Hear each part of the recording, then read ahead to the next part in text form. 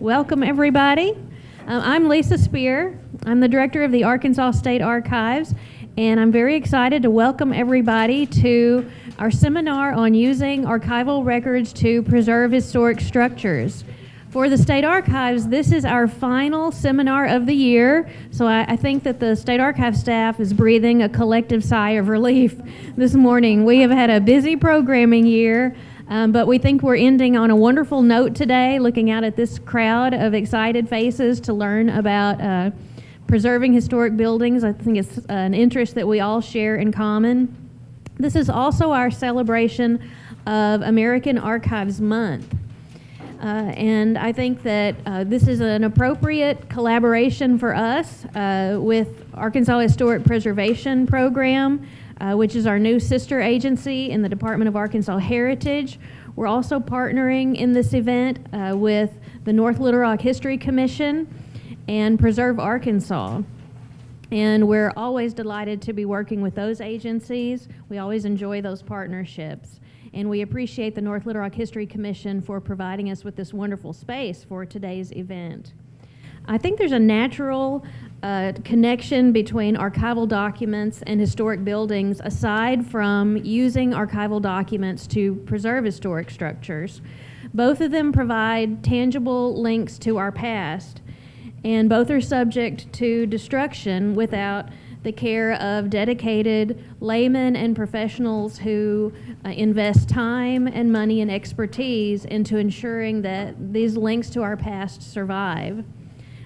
Buildings are perhaps to a greater degree than documents which ultimately make their way into the care of archives. They continue to require a significant degree of care and feeding to ensure that they survive. They weather the elements. They're exposed to disasters, man-made and natural, and they're also subject to careless handling by the general public or their owners if they're not properly protected.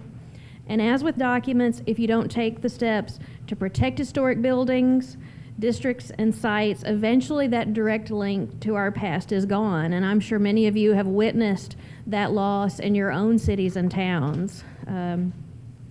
I think that's why seminars like this one today are so important. They get us started in the right direction, and they teach us what steps we need to take to make sure that that tangible connection to our past endures for generations to come. It takes a lot of work to pull a seminar like this one today together, and I'd like to give a shout out right now to some of the folks who made this one happen. There are a number of people from the Arkansas State Archives staff who are here today who had a direct role in the planning. Some are not, but for those who are here today, I'd like to recognize those. Ann Clements and Jane Hooker are sitting in the back, and they worked really hard on the planning for today's event. Darren Bell, who's up here in the front. Darren and Jane worked on the resource guide is that on the flash drive in the packets? Yeah, you all have a little square flash drive in your packets, and that contains a lot of good information on preserving historic buildings. It's a little square one with our new logo on it. There's a resource guide, there are lesson plans, all sorts of great printed documents that we're saving paper by putting on a flash drive. Darren worked on that. Also Crystal Shirley, who's up front checking everybody in, and Mary Dunn, who's running our technology, and Tim Schultz, who's capturing the event in photographs. I'd like to thank all of them for their efforts today. Thanks to the North Little Rock History Commission, Sandra Taylor Smith, and their chair, Suzanne Jackson. I've lost her in the crowd. There's Suzanne in the back, but thanks to them for their support for this event. To the Arkansas Historic Preservation Program, Callie Williams, one of our presenters today, and to Preserve Arkansas, Rachel Silva Patton, and Vanessa McEwen, who's no longer with Preserve Arkansas, but was our initial contact when we started planning this event. We're also grateful to the City of North Little Rock, Neighborhood Services for providing the sound system and some of the additional chairs, which clearly we needed today. And to Tamika Tate with Fidelity Communications Local Access 6, who's recording the seminar. And we're especially grateful to the Arkansas Humanities Council for providing part of the funding for today's event. The Arkansas State Archives is not appropriately funded by the General Assembly. We operate on a shoestring budget. And so support from agencies like the Arkansas Humanities Council makes it possible for us to have quality programming like this today. And we are very grateful to the Humanities Council, who has funded us for about 3 years running for our yearly seminars. Our first speaker is Rachel Silva Patton. Rachel's a native of Farmington, Arkansas, and holds a Bachelor of Arts in History and Political Science from Arkansas Tech University in Russellville, as well as a Master of Public Administration from the University of Arkansas in Fayetteville. Rachel is the Executive Director of Preserve Arkansas, a small nonprofit organization devoted to the preservation of Arkansas's architectural and cultural history. Prior to taking her current position, Rachel spent more than 8 years working at the Arkansas Historic Preservation Program, where she led the agency's monthly sandwiching in history and walks through history tours. She's the president of the Pulaski County Historical Society and serves on the Arkansas Historical Association Board of Trustees. In 2008, she won the Historic Preservation Alliance of Arkansas's Award for Outstanding Achievement in Preservation Education, and in 2014, she was the recipient of the Arkansas Heritage Award at the Governor's Conference on Tourism.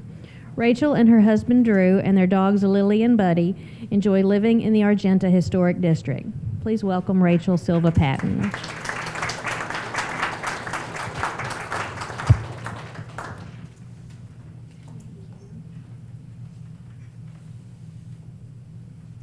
Good morning.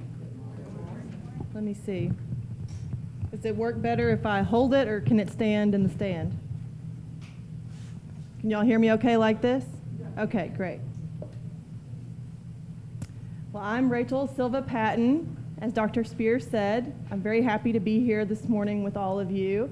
And this is a relatively new position for me. I've been at Preserve Arkansas for just a little over 3 months now, and we've done events nonstop since I started in the beginning of July. So I'm familiar with the work that Preserve Arkansas does based on my experience with the Arkansas Historic Preservation Program, but in this role, it's all new for me. So what I'm going to do is talk about the mission and the work of Preserve Arkansas and go through pretty much what we did in 2016 in review. About Preserve Arkansas. Many of you, if you've been around in historic preservation, history, archives fields for any amount of time, have heard of the Historic Preservation Alliance of Arkansas. That's the HPAA, and that is our real name. We now do business as Preserve Arkansas to shorten things and make it easier for people to say it and remember it.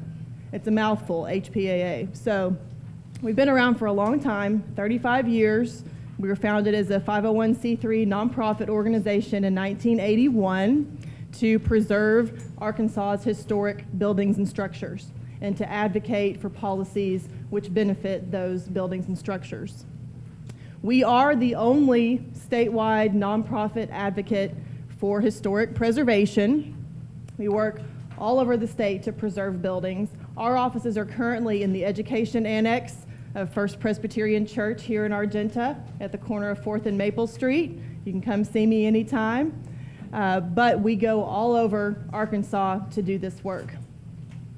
And our mission is kind of long, but it says to build stronger communities by reconnecting Arkansans to our heritage and empowering people to save and rehabilitate historic places. We are a very, very small nonprofit. When I say small, I mean small. Like, it's just me, a full-time executive director, and 2 part-time employees, and that's it.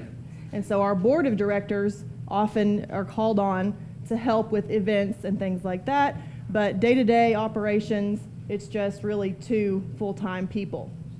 So we don't have the budget to purchase buildings. We don't buy historic property. What we do is work on the other end to help write grants, and we've actually written a grant that was funded recently from the National Trust for Historic Preservation to get a planning grant going and a feasibility study for an endangered historic building in Clarksville, and I'll talk about that more in just a minute. So it's more work that doesn't cost so much money that we do. So most of our stuff, you will see, most of our activities that we do throughout the year fall under one of three categories: advocacy, education, and technical assistance. People call us all the time asking questions. I know in my work at the Arkansas Historic Preservation Program, it's a lot for people to take in. They don't understand the National Register of Historic Places and what it means to get a property listed on that list. And they don't understand grants. They don't understand the tax credit program. There's a lot of stuff to get. And so we're happy to answer those questions as well as other ones too, and also provide them information from the National Trust and other organizations that may be able to help them. The Arkansas Preservation Awards. Has anybody ever attended the Arkansas Preservation Awards? Okay, I see some hands go up. This is our, well, now you have. It'll be in January. She said, I've never heard of them. The awards this year will be January 27th at the historic Albert Pike Memorial Temple. That's the same place that it was held earlier this year in 2016, as you see in the photograph. But this is probably our biggest event during the year. And it's black tie affair, dinner, reception, and award ceremony to recognize award people in 12 categories, people and projects. So it's the best of the best in historic preservation from all over Arkansas. And what it does, besides recognize these projects that are very deserving, and the people too, is it gets a lot of attention for historic preservation. So that's the main purpose of it.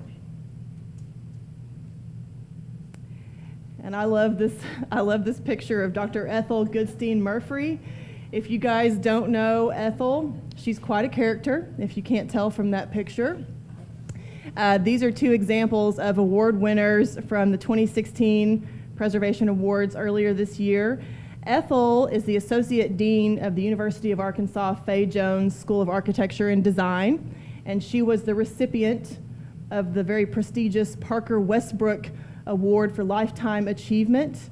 And I wanted to note that Sandra Taylor Smith, who was up here just a minute ago, is also a former Parker Westbrook Award winner. There she is back there.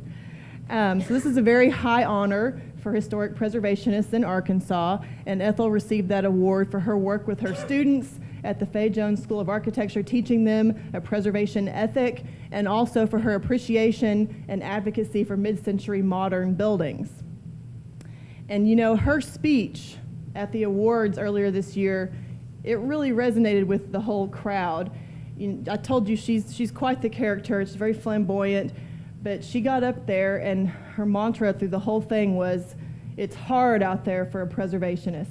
And it is hard out there for a preservationist. We're always battling, you know, Dr. Spear talked about all the challenges with preserving historic buildings, whether it's demolition by neglect, which happens all the time, just by letting a building sit there and deteriorate, or it's somebody actively trying to demolish something. So that was pretty interesting. The other example was the Excellence in Preservation Through Rehabilitation Award winner, and that's in the neighborhood, just a couple blocks to the west of us, at the corner of 6th and Orange, the Lynch Apartments.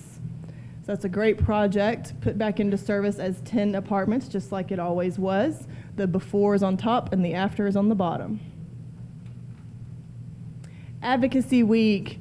And you see my predecessor, Vanessa McEwen, on the left, the former director of Preserve Arkansas, the director of the Department of Arkansas Heritage, Stacey Hurst, Senator John Bozeman, and the director of the Arkansas Historic Preservation Program, Missy McSwain.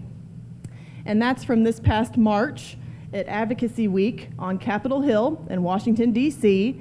The National Trust and Preservation Action organize an annual Advocacy Week and a lobby day where historic preservationists from all over the country go to the Capitol and try to convince their legislators to support historic preservation legislation that's beneficial. So most of the time it's asking them to do two things: to support and improve the federal historic rehabilitation tax credit, which is a 20% tax credit for the rehab of historic buildings if they're income producing, and also to continue giving money to the Historic Preservation Fund, which is an integral source of income for state historic preservation offices all over the country. But other examples of advocacy, and this is mostly just stuff that I've dealt with in the last couple months that I threw up there on the screen, and these things happen all the time. Every day is a new day. You know, whenever you don't have that much stuff on your calendar that week, and then somebody calls on Monday morning and everything changes because things come up and you never know what it's going to be. But one of the main things that Preserve Arkansas advocates for is the improvement of the Arkansas State Historic Rehabilitation Tax Credit, which is a 25% tax credit on the rehab of historic buildings. And so it's modeled after the federal credit. It's a great resource for private property owners. And so we're currently working to increase the caps, the annual cap and the per project cap for the state tax credit. And that's a big job, let me tell you, because in this political climate, tax credits are not popular. The 30 Crossing Project. Everybody's heard about the 30 Crossing Project. Preserve Arkansas is part of the Section 106 review process for that project. So in essence, we're going to try to keep them from having an impact on historic properties through that 30 Crossing corridor. Capital Zoning District Commission. Most of you are probably familiar with Capital Zoning.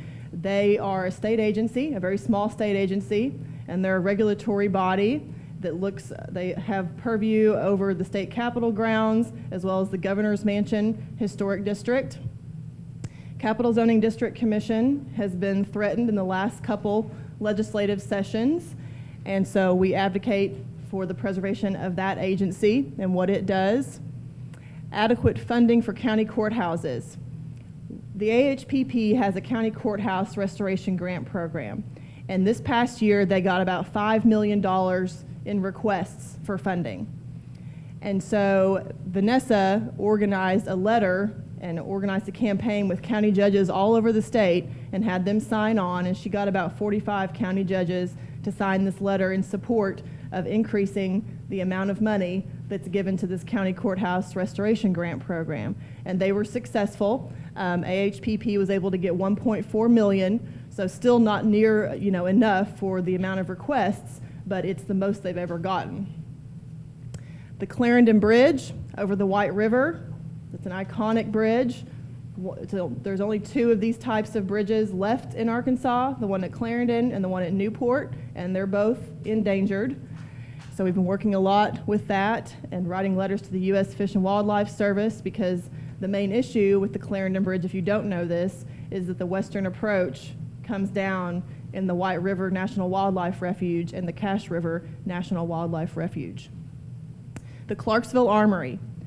This armory building was built in 1930, and we were successful in getting a National Trust grant to do a feasibility study on that building and determine what types of things should be done to preserve it first and prioritize those, and also to figure out possible uses for the building after it's been rehabilitated. And that's often one of the most difficult things to do. It's not just to fix it up and let it sit there. You've got to have it in use, in productive use after you fix it up. So we're currently working on that. And believe me, the city of Clarksville does not want to keep that building.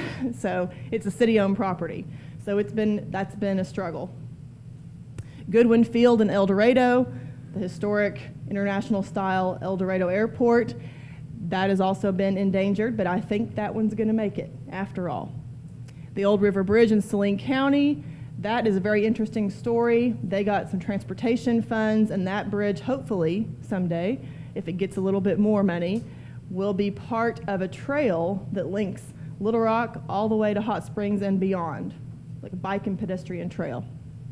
And the Majestic Hotel in Hot Springs, ouch, that's a sore spot. And again, it's hard out there for a preservationist. We weren't able to win that battle, and unfortunately the historic red brick section of the Majestic Hotel is now a pile of rubble. Members only event and preservation libations. And what you're going to see a lot in these photos is preservationists like to drink too. So so this is a members-only event in Hot Springs earlier this year, and they got a behind-the-scenes tour of the Thompson Building, which is currently being redone. It's almost done, and it's going to be a boutique hotel. And then on the bottom right, you see Bob Kempkis and others enjoying libations at the Superior Bathhouse Brewery right across the street. There's some more libations photos.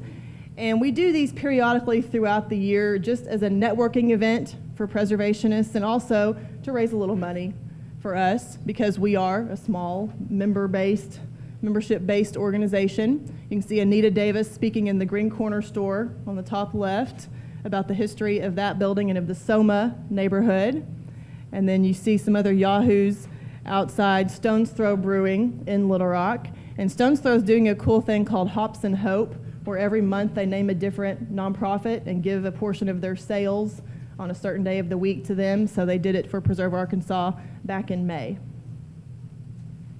Most endangered places. This is our president-elect, Dr. Jody Barnes, announcing some of the most endangered places in the state capitol rotunda back in May. May is Arkansas Heritage Month. You all should know that. And during Arkansas Heritage Month, Preserve Arkansas always releases a list of Arkansas's most endangered historic places. And just like the Arkansas Preservation Awards, this is a thing to get the media to cover it. This is the press conference, it's in the paper, it brings attention to those properties, and it's a good thing. For example, the Clarksville Armory was on this list in May, and then that got their attention, and they said, okay, go ahead and apply for that planning grant. So that's the Clarksville Armory on the top right that we're working very hard to save right now.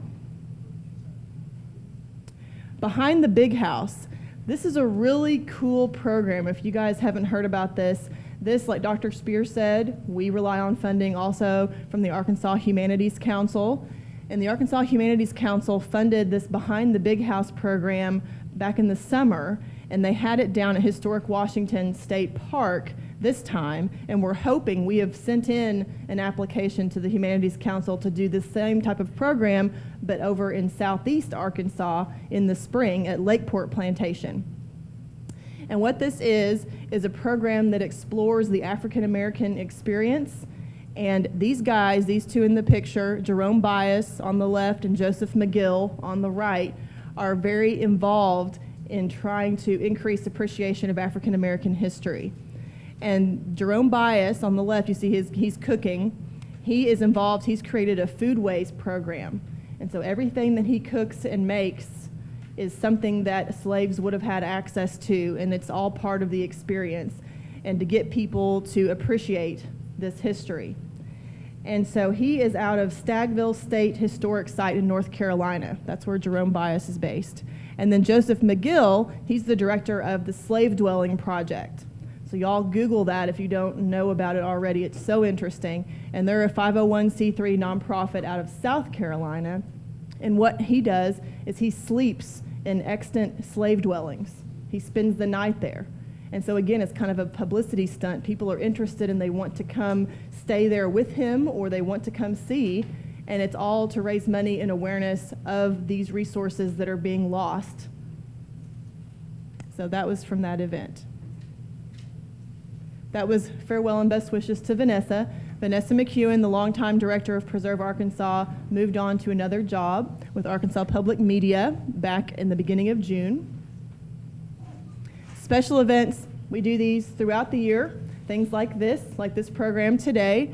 Behind the Facade was a really interesting program in downtown Springdale, Arkansas.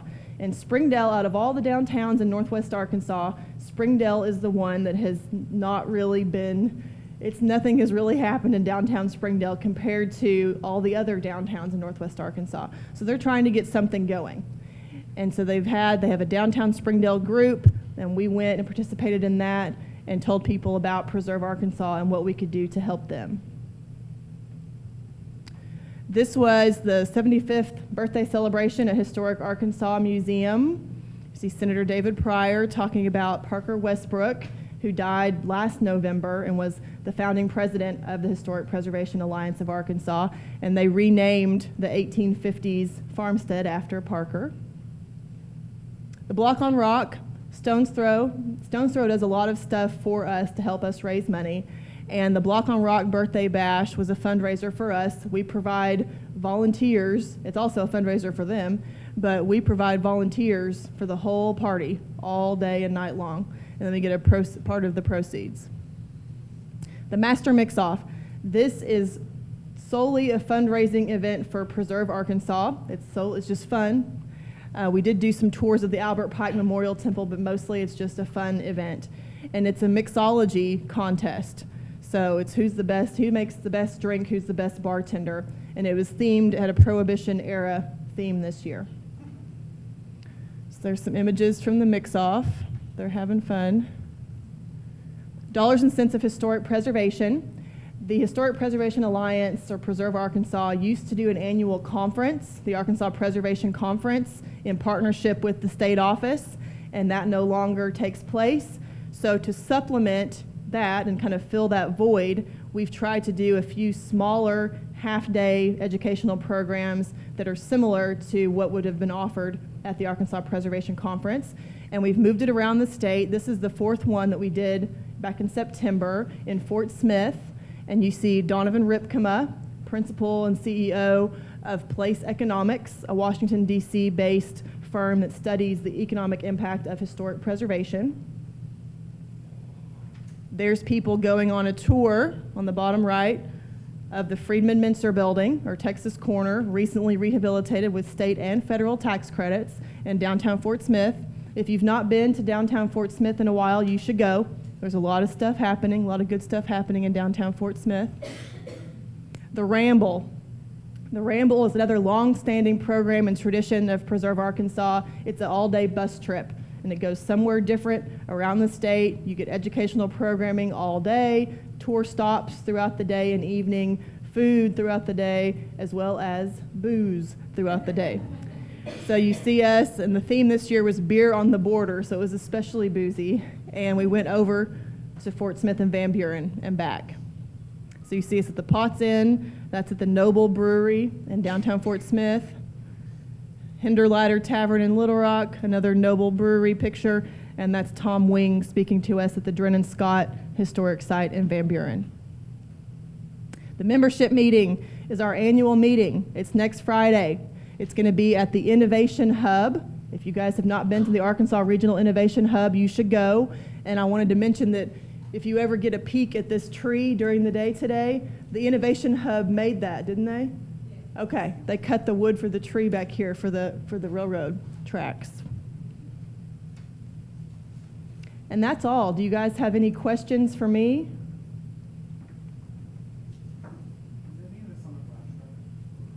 My show is not on the flash drive, but I'm happy to give it to you.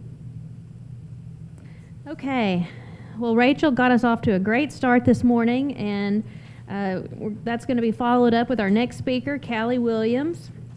Callie is also a native of Arkansas, and a graduate from the University of Arkansas. She graduated in 2008 with a Bachelor of Science degree in Architectural Studies. In 2010, she graduated from the University of Virginia with a Master's in Architectural History and a Certificate in Historic Preservation. As part of her graduate requirements, she completed a thesis on Ife Jones, and after completing her graduate degree, she worked at the University of Virginia Registrar. She worked as the University of Virginia Registrar aboard. Okay, I'm sorry, I'm tripping up on this one. After completing her graduate degree, Callie worked as the University of Virginia Registrar aboard the Semester at Sea Spring 2011 Voyage Around the World. I don't know what that means, but I'm fascinated and I want to know more about that. She then returned to Arkansas and now works for the Department of Arkansas Heritage's Arkansas Historic Preservation Program as the National Register Historian. In this position, Callie works with individuals and groups across the state to identify, research, and nominate historic structures to the National Register of Historic Places. Please welcome Callie Williams.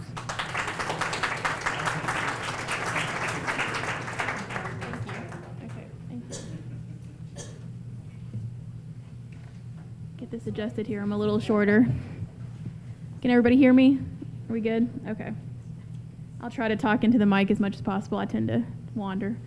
Thank you for everyone, especially the State Archives, for having me here today to talk about several different things. I work on National Register nominations the most in my job.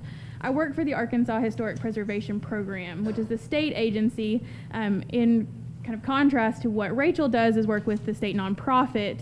We are actually state employees at the Arkansas Historic Preservation Program under the Department of Arkansas Heritage. If you've ever worked on a National Register nomination or an Arkansas Register nomination, you've probably gone through our office. My specific job as National Register historian is to help people find the resources and help complete National Register nominations and Arkansas Register nominations, and I'll talk about both of those in a little bit. And also to help people kind of go through that process and finally end up with the National Park Service and getting those actually listed in the National Register of Historic Places. Today I'm going to talk about a little bit about what the National Register itself is and kind of what we do when we're going through those processes. And also some of the resources that I personally use when researching historic structures. There was a paper passed out. There's a digital copy of this paper in your on your USB drive, but I'm also going to be talking about a lot of these resources, so I thought it would be good for you to have a paper version to follow along. This list is not comprehensive, but it is a really good starting point. Every building and every site is going to be different when you research it, so all of the sources that you're going to be using are going to be different, but this should be a good list for a good starting point. The National Register of Historic Places was established by the National Historic Preservation Act in 1966. We're actually celebrating our 50th anniversary of that act this year. And in celebration, our office has put out a little passport program. You may be familiar with the Civil War sesquicentennial passport program that our office also did. Well, we redid that for the National Register. And inside, you have all different kinds of sites across the state to visit. I brought a lot of those. They're going to be back here that you can pick up later. So be sure to pick up one of these. It's a really good little tour, but it's kind of an aside for another thing that our office put together in celebration of this kind of 50-year anniversary. The list itself was established as the country's cultural and or historic resource list that were worthy of preservation or research. And it is administered by our office, the Arkansas Historic Preservation Office or Program for the National Park Service. The National Park Service is actually the one who administers the list itself. We work as the State Historic Preservation Office. Every state has one, and the Arkansas Historic Preservation Program was deemed that office for the state of Arkansas. So we're basically the official liaison with the National Park Service for the National Register. What types of properties are eligible? Basically anything you can think of and make a good argument for. We've had all kinds of properties, and I'm going to go through kind of the main types that we see. Of course, buildings are eligible for the National Register if they meet certain criteria. This can be anything from houses, barns, libraries, stores, courthouses, churches, basically anything that you can inhabit as a person. Some good examples here, including Lakeport Plantation.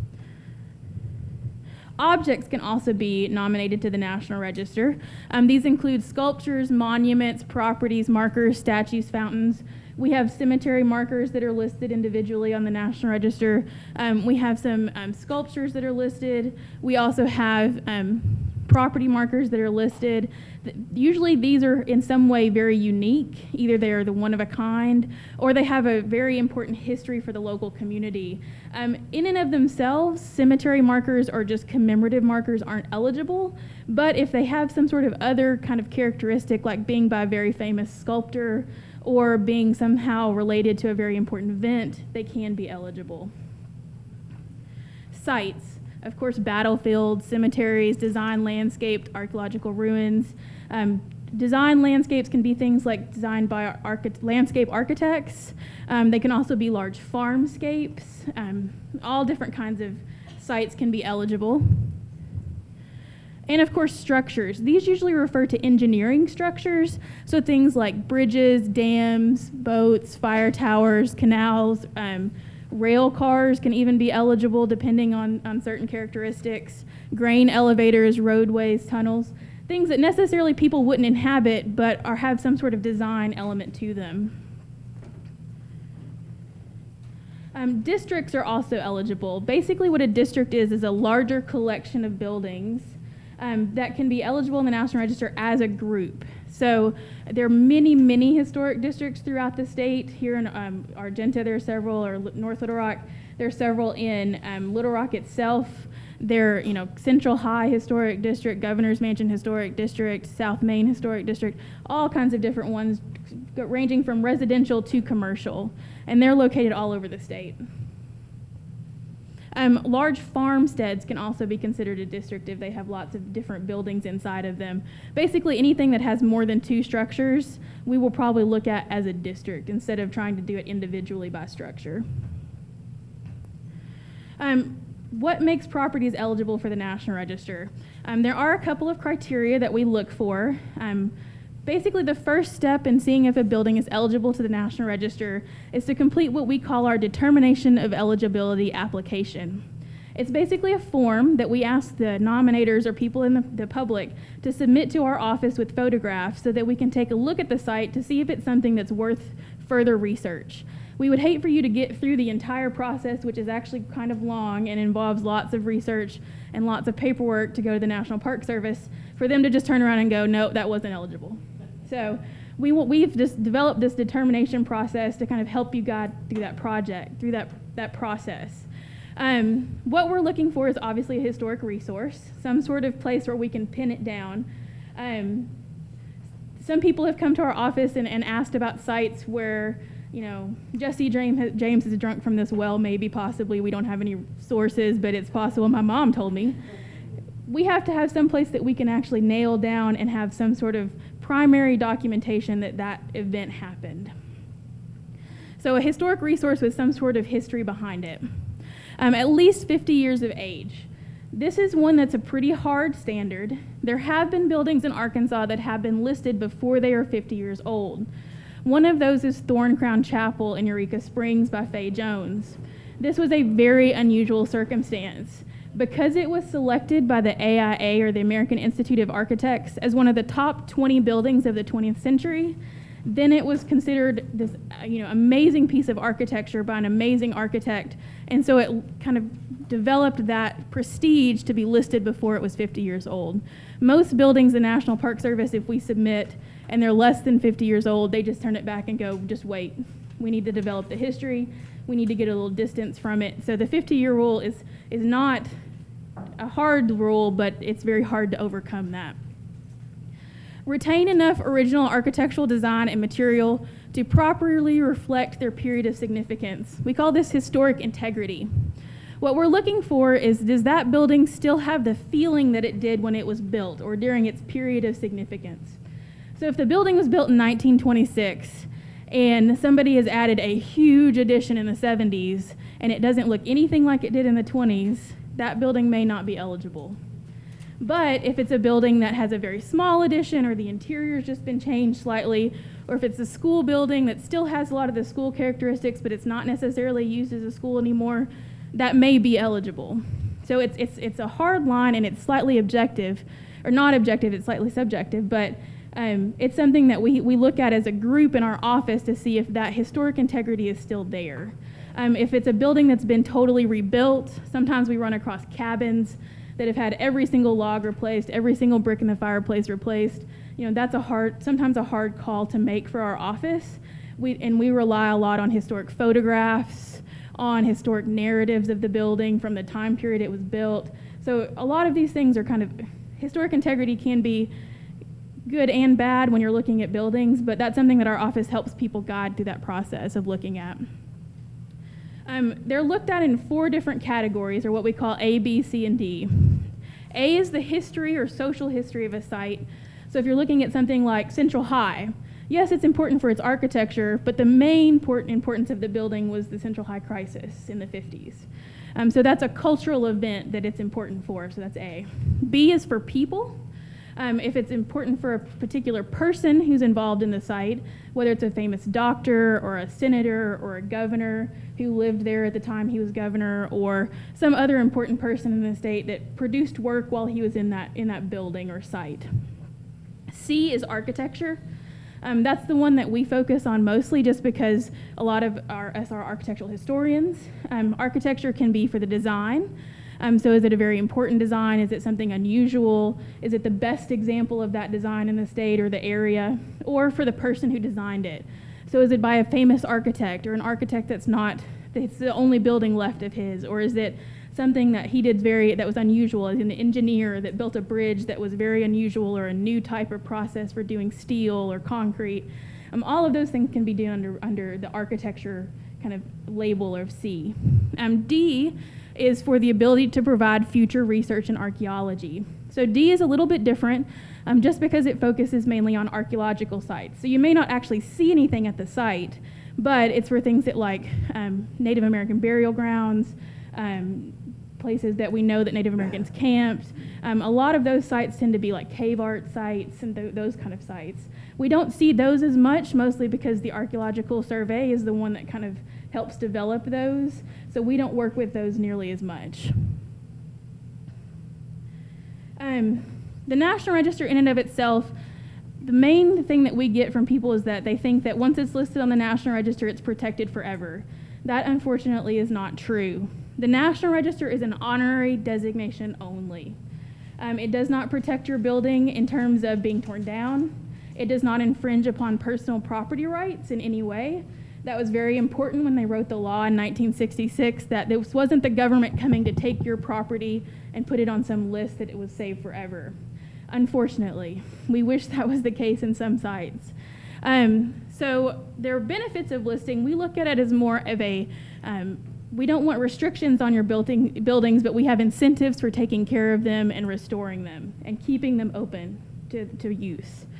Of course, publicity, when it's listed on the National Register, we send out press releases. We help do lots of research. We provide that research to local museums or libraries if they request it, or local people if they request information from our files. So it's a good storehouse for information. It also increases the knowledge in your local history. It's amazing how many times we work on National Register nominations and find something that nobody knew about a place. Oh my goodness, we didn't know that happened. We didn't know those people lived there. We didn't know this famous person visited this site.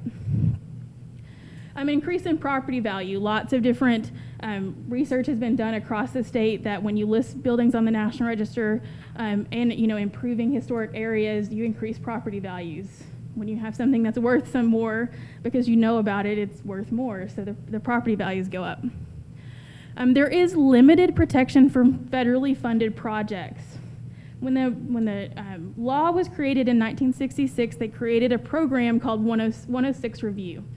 And it basically means that anything that's federally funded or has to get a federal license, so like cell phone towers have to go through the federal process, they have to come to our office and see if they're going to impact historic structures in the way of their development, whether that's highway construction or building, if the local city gets a grant or some kind of federal funding to do water improvements or anything like that. They have to come through our office to see what that is going to impact. And if it does impact something, they either have to go through our office to help change the design so it doesn't impact, or they have to do some sort of mitigation. And sometimes that's, doing research, paying for somebody to come in and do drawings, do photography. There's all different kinds of mitigation that they can do.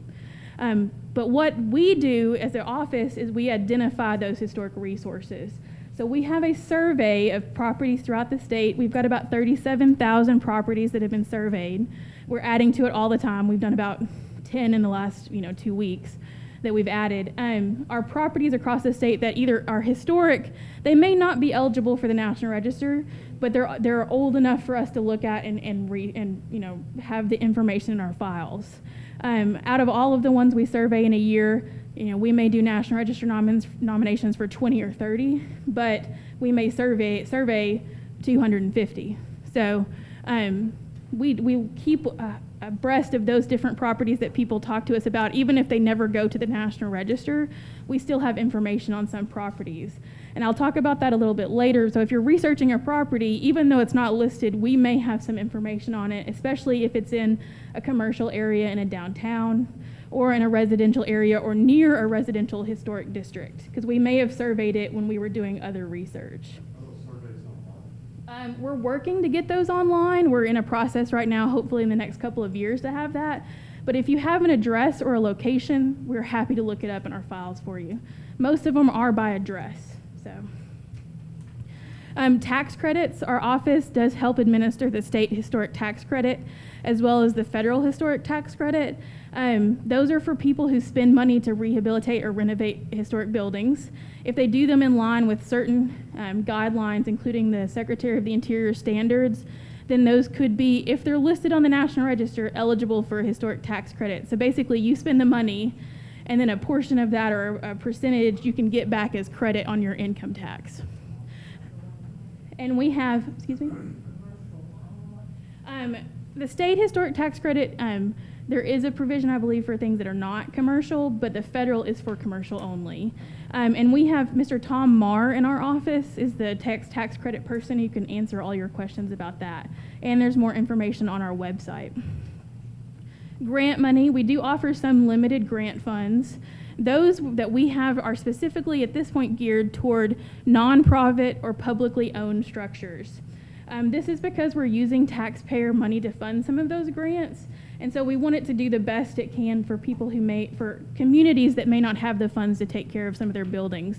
We fund a lot of courthouse projects. That's one of our big grant programs.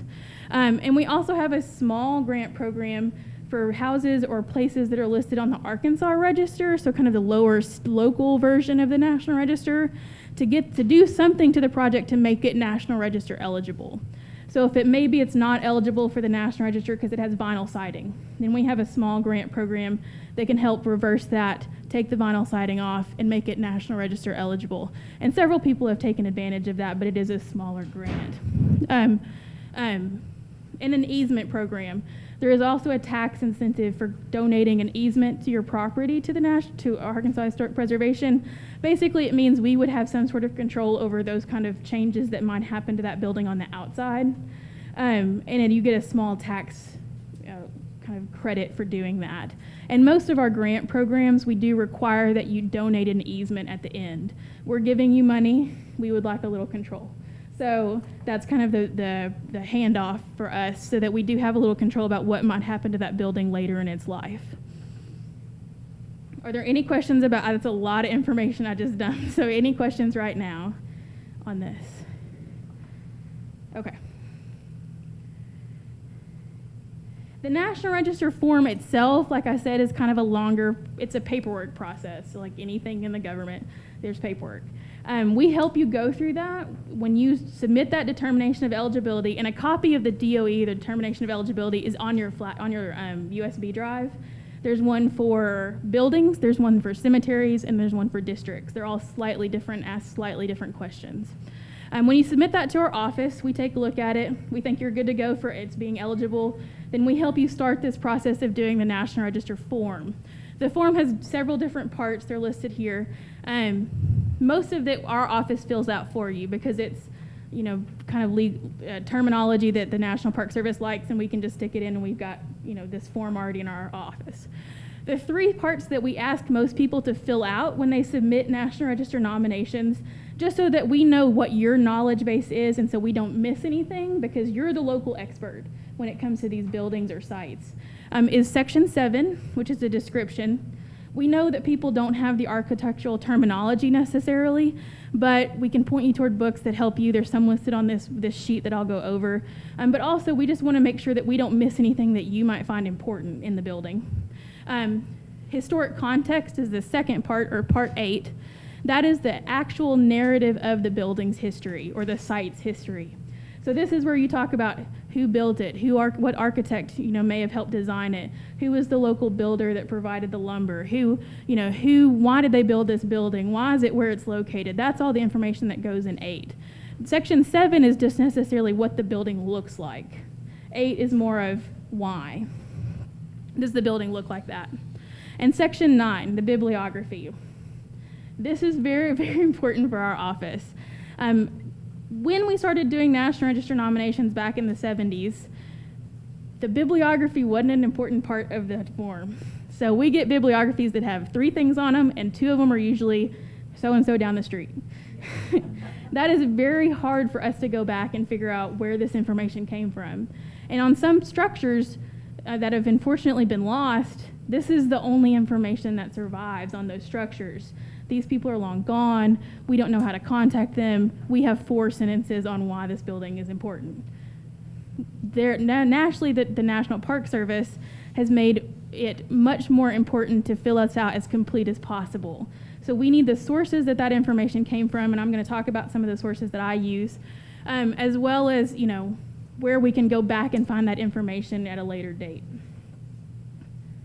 And then the last parts are where it's located, who did it, and then photographs and different maps that get it put on. But again, that's something that our office helps you go through the process to do. Section 7, as I said, is architectural description. I'm going to be talking about a little bit of the resources that I use to do this National Register nomination. This is the Billings Coal House in Malvern. It was originally built by Dr. A.A. Billings, who was an optometrist. He built it in 1948. It's kind of an Art Deco international style building, kind of all crumped into one. It's a really big residence for Malvern where it's located. Dr. Billings kind of had some financial trouble, ended up selling the building to a Dr. Cole, who was a physician. And this physician owned this building for a long time in Malvern. A lot of people remember being born in this building because it had an office. He renovated the basement, which had originally been a bar and laundry, which is an interesting combination, into a doctor's office. So the door at the basement is actually where you went into the doctor's office at. It was designed by Irving McDaniel, who was a pretty well-known architect in Hot Springs, and his son ended up also becoming an architect, Granger McDaniel.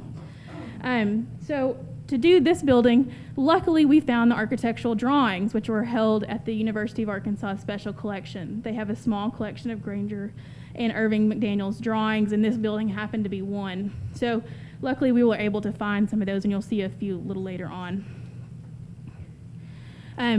While we were doing Section 8, we also ran across a lot of different resources from very different sources, and some of them I'll talk about as we go through this list. Here's just a few examples. We had some information about the architect. We had some information from Sanborn maps. We had some information from local newspapers about who these people were in the community, and lots of other resources. And in that Section 9, this is where we list all of those resources, obviously. And I'm going to go through several of them now. Are there any questions at this point before we get into the paper here? I have a question about the form. Mm-hmm. I'm Bobby Harris. I live in Northwest Arkansas. Okay. Property that I've been working with the Rogers Historical Society, Monteras, Yes. with trying to develop information for this form. And she mentioned one part of the form that you admitted, I guess, for whatever reason, is ownership. Yes.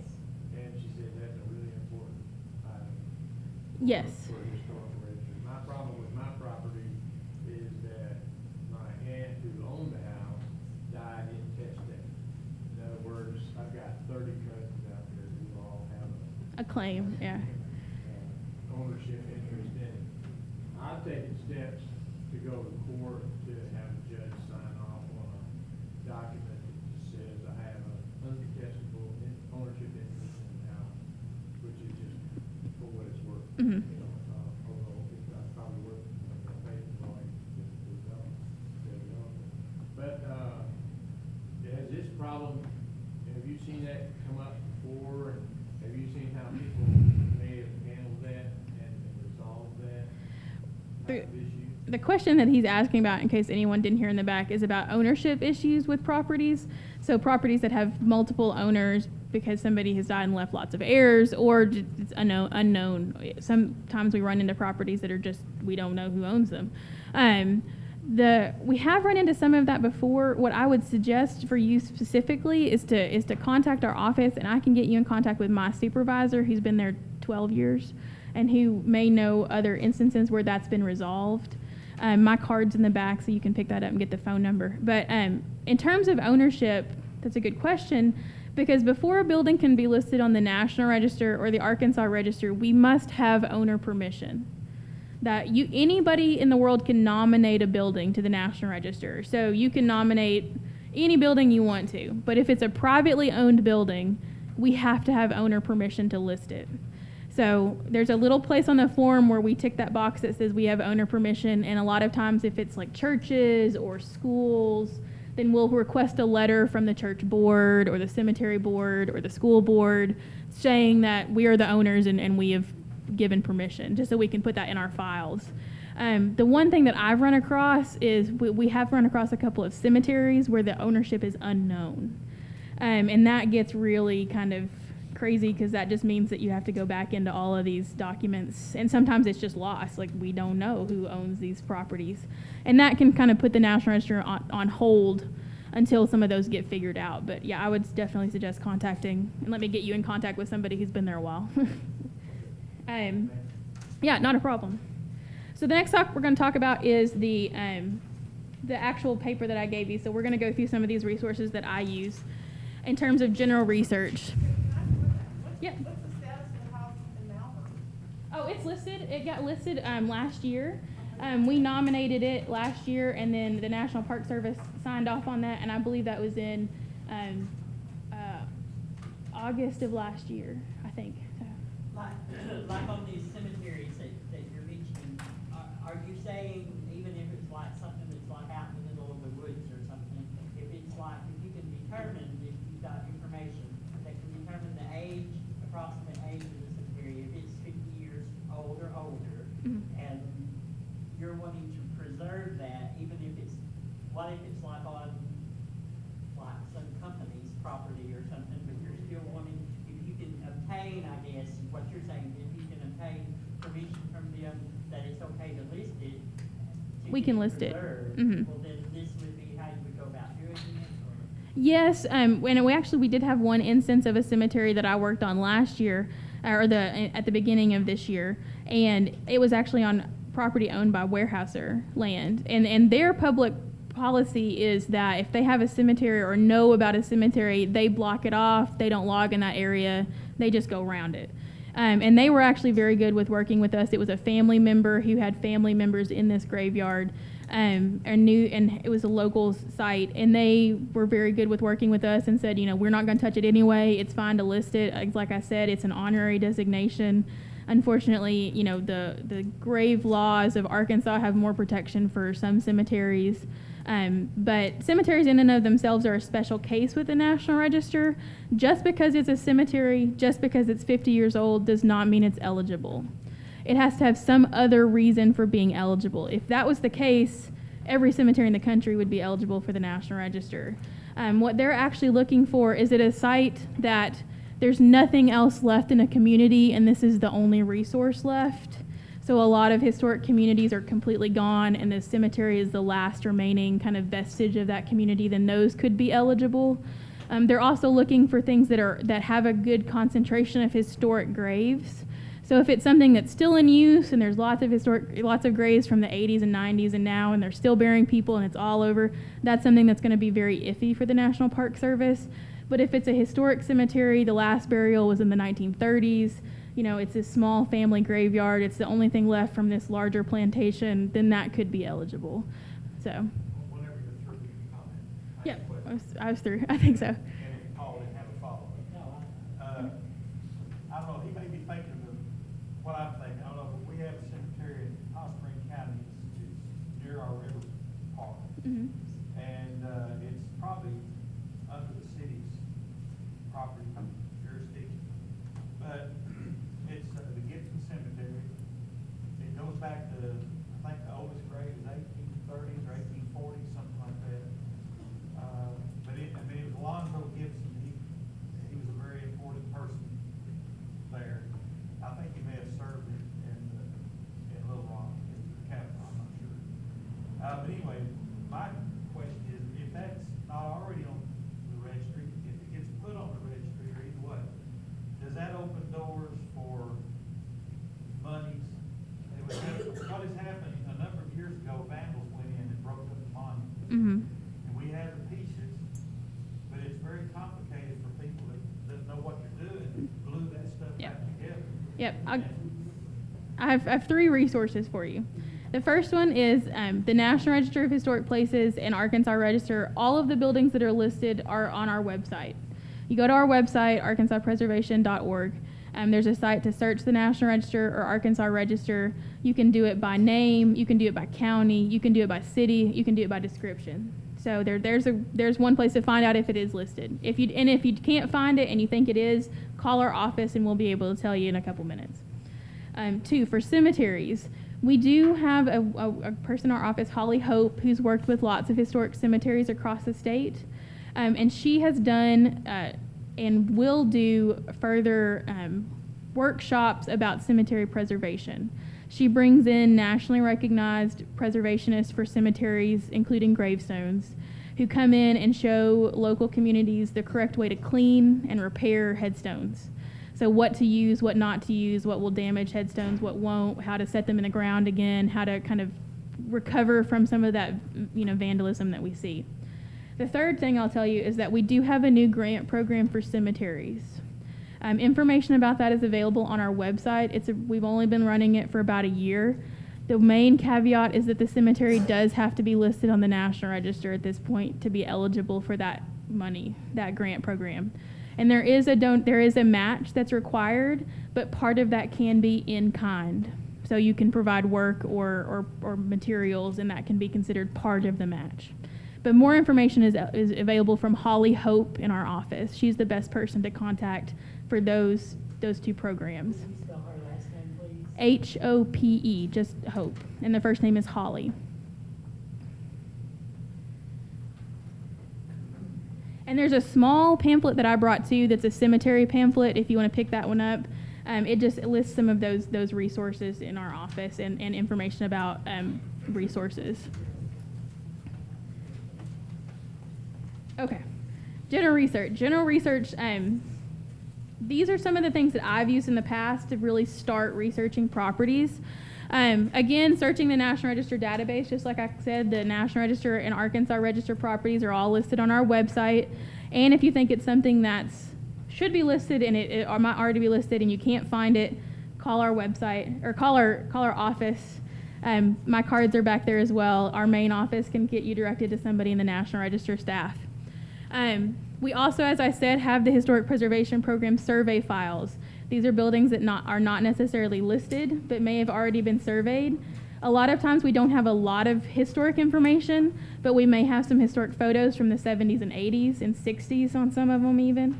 And we may have information that people have just donated to our files that we can look up. Another great place to go is interviews with property owners. That includes church pastors, historians, docents, descendants, neighbors, somebody who's lived next door for 50 years can give you good information on a building or a site. In the Malvern case, I found the daughter of Dr. Cole, who's no longer living in the area, but was a great resource because she could tell me everything that ever happened to the building. Like, it was perfect. And loved to talk about her dad and about the different people that he saw in the office and all the babies that were born there. So, another great resource is property and tax records. These can be found at local courthouses or at your local tax assessor. Caution, the tax assessor date is usually wrong. If you've ever researched a historic building, and I heard a few people say wrong, because that date is usually based on paperwork that they have in the office. The first date that paperwork is filed is not necessarily the day the building was built. So I have researched properties. There's one in Little Rock that's a historic fire station. I know for a fact because I have the newspaper report that it was built in the 20s.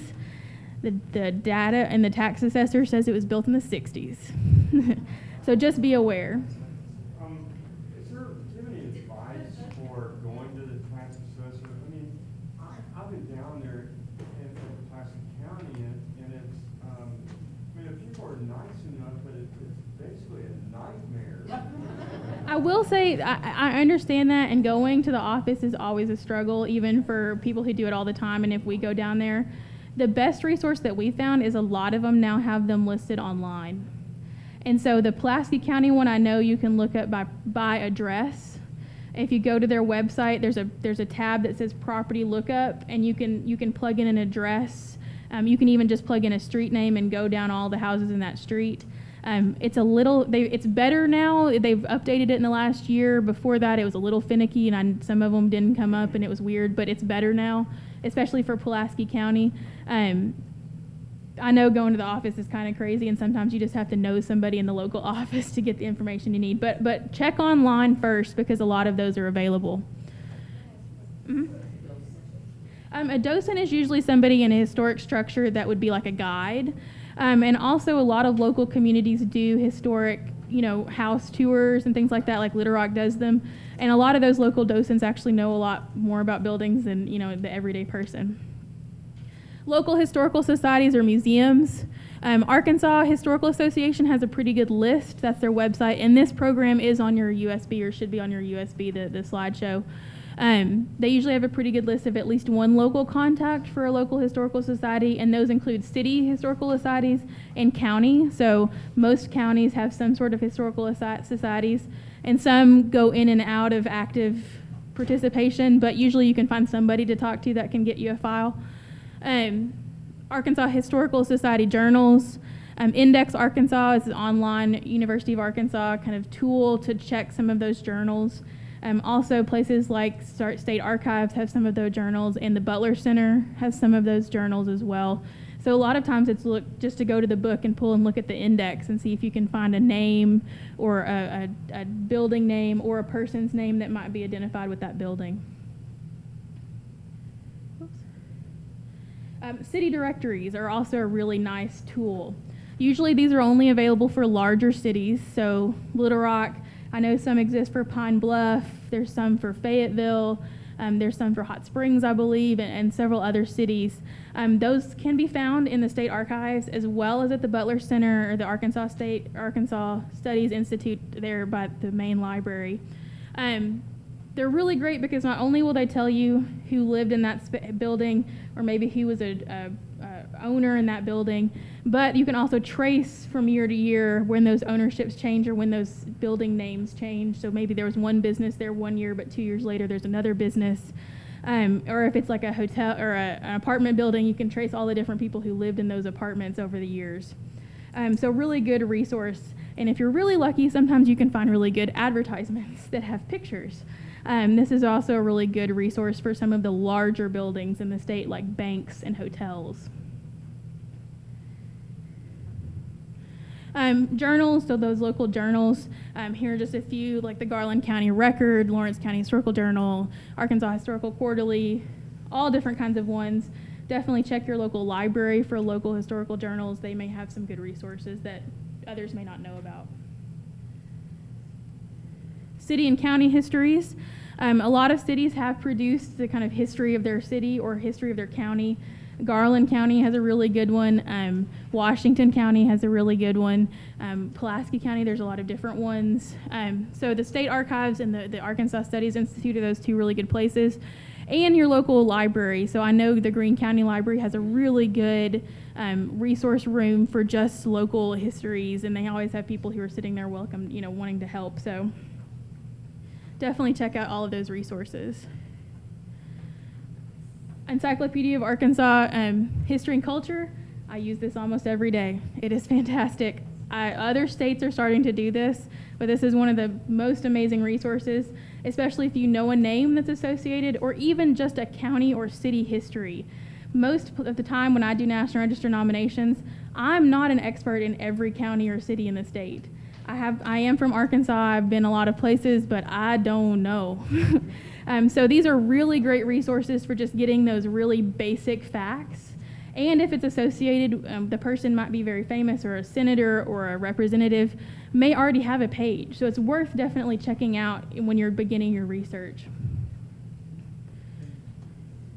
That Encyclopedia of Arkansas history, I've been there too, Bowers and Robert. Is that something that people like our organization could submit a page to be? Yes, they are always looking for new people to submit pages. There's a contact information at the bottom of that page when you go, and they have a small staff. They have a couple full-time people. It's through the state library, I believe, is the main person. The Butler Center. Thank you, Daniel. And they have good contacts. They're always looking for people to do new pages, and it's edited. It's there are people who go through and make sure that it's correct, so it is edited, so you can rely on this to be a very good source of actual good information, unlike Wikipedia or other sources that people can just add to whatever they want. This one actually is edited so that you know that people are checking those sources to make sure that people aren't just putting information that's completely untrue or unfounded or don't have primary sources for. So it's a really good resource for good information. I just wanted to mention, I hope I'm not stealing any of your thunder. Oh, no. But one way that I'm currently using this page is, I developed a link, I can't remember how, I did a search, or there's a link there, but, on railroad history, and in Northwest Arkansas, this is St. Louis and San Francisco Railroad, Mhm. Frisco, as it's known. And I'm currently going through, railroad magazines that go back to the late 1800s, and I've worked my way up to 1913, I think. Just going through there, and those magazines are digitized, Mhm. and it talks about, what's going on in all the branches and all the stations and depots. Yeah, It's been a Yeah. fairly good resource, although it can be a difficult read at times. Mhm. The subjects they talk about aren't subjects we talk about today. Yeah, and the website itself does have lots of good general history. So even if you're looking for just your home or your building you're looking at is maybe Spanish Revival and you don't know much about it, there's really good web pages on this just for architectural history and styles and period. Like Episcopalians has a whole page about their history, and Lutherans have a whole page about their history. So there's good general histories too. But yeah, the railroad culture, there's several about those too. Local books for Pulaski County and kind of surrounding area, really good ones. How We Lived, obviously by Roy Witzel and Nichols. Charles Thompson and Associates is a good outline of their work. Architects of Little Rock is a new book that was just put out a couple years ago about a lot of the really well-known architects that were practicing in Little Rock from the very earliest days through today. On the opposite shore, specifically about North Little Rock. So lots of good resources there, usually found at your local library. Yes, yep, and those are listed on this outline too. Yep. Wanted to just do another plug for the Studies Institute and the State Archives. Go there and just type in anything and you'll find something. I was looking for recently information about an Episcopal church in Camden, and I just plugged in Camden and Episcopal, and they had the blueprints for the building. Like, somebody donated the blueprints from 1926 to their archives. And I was looking for this Lutheran church here, just typed in Lutheran and Fort Smith, and they have pictures of the original dedication and cornerstone laying. So it's amazing the different things that you can find at the Butler Center, and the State Archives is the same way. If you plug it in, and sometimes they have pictures of these people that, were taken in the 30s and 20s that, no other pictures exist, and it's a great resource. So just plug in things in their search bar, and it's amazing what you can find a lot of times. Another really important thing that we use quite a bit in the office is Sanborn maps. Sanborn maps were created as fire insurance maps. They go back to the late 1800s in a lot of places, including Little Rock. Basically, any large city or town in Arkansas may have a collection of Sanborn maps. Your local library may have them, or they may be found online. The Butler Center, I know, has some on microfilm. The State Archives, I believe, have some on microfilm and some originals. North Little Rock has some of their original books here with the color in them, which is really nice. So lots of different places have them. They're really great resources because you get maps from 1890, 1899, 1910, 1912, 1924, 1930, 1950. They usually don't go past 1950, but if you're really lucky, you can get a really good run of them for 10 or 12 different years in about a 50-year period, and see how your city has changed. Sometimes they don't go very far, so it'll be the historic cores of your city, because obviously in the 1800s, the cities usually aren't that big. But as the years go, they usually grow to include more buildings. Really great resource. Did they have a specific time period, like the census, every 10 years? Did they do those in certain they must have had some sort of system to update them. It wasn't necessarily specific to we're going to do it every 10 years. I think it was just as the city grew and they realized they needed to do a new one.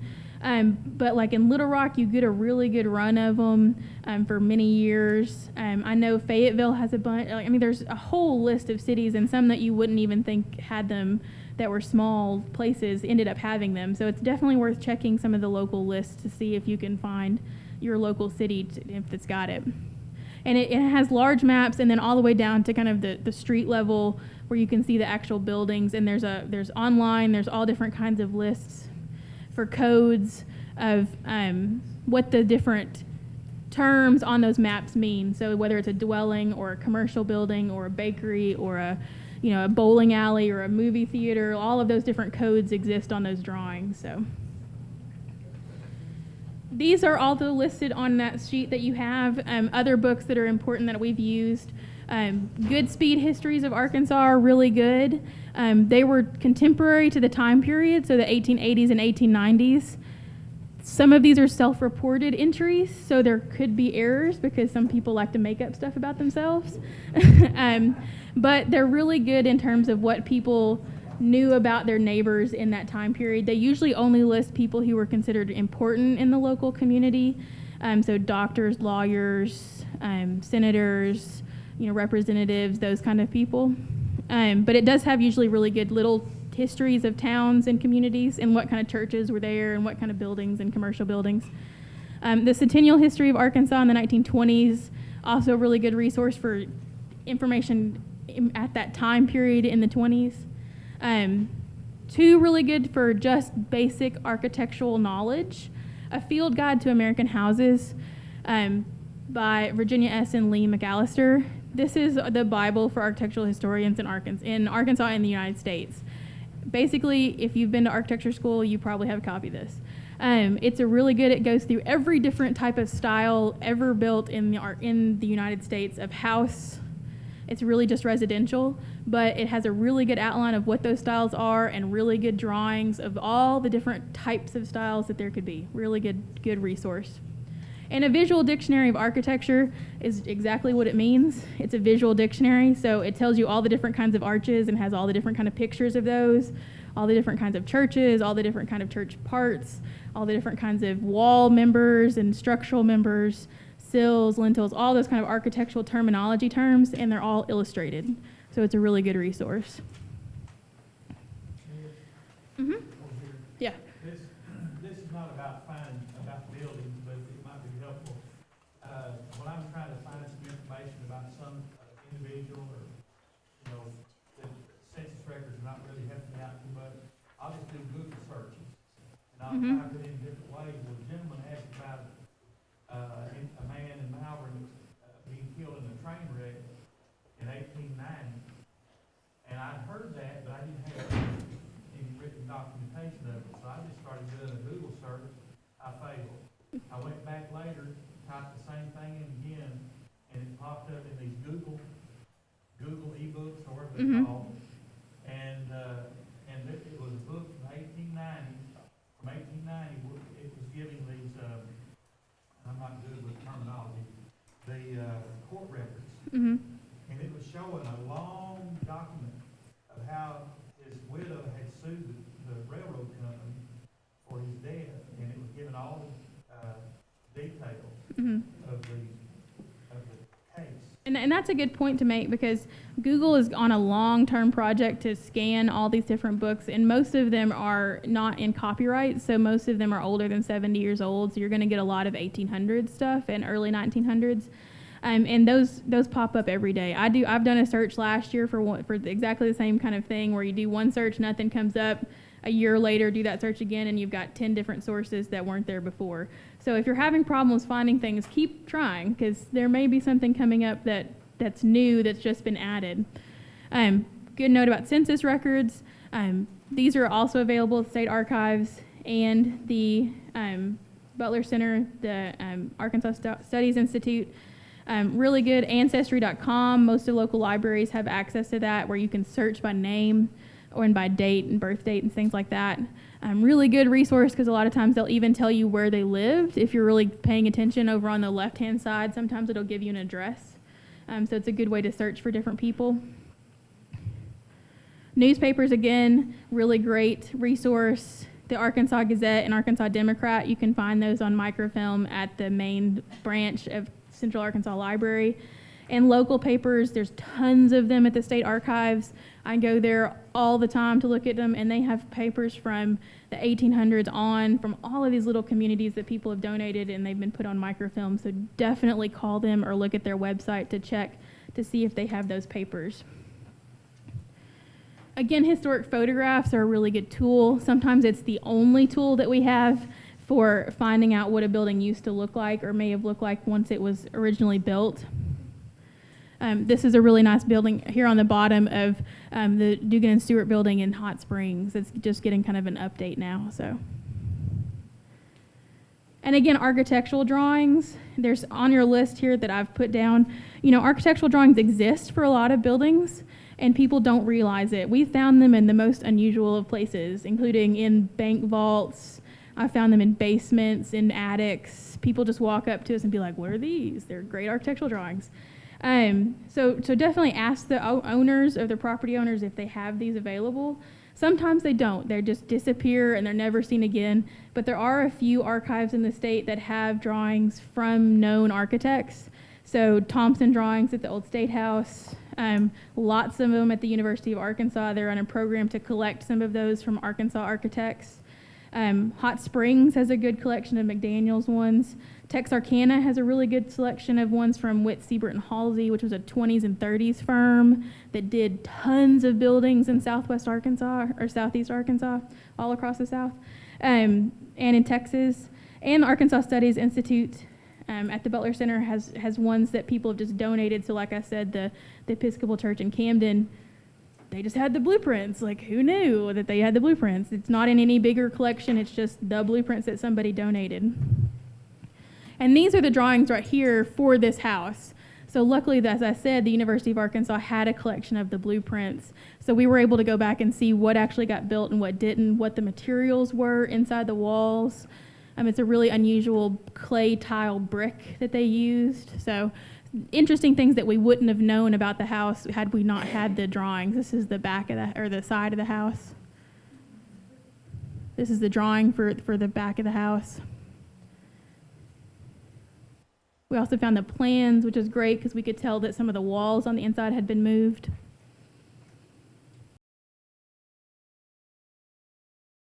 While we're on the subject of commission members, I should have introduced this morning the chair of our Black History Commission of Arkansas. She's in our audience, and I would like to take this opportunity to acknowledge her.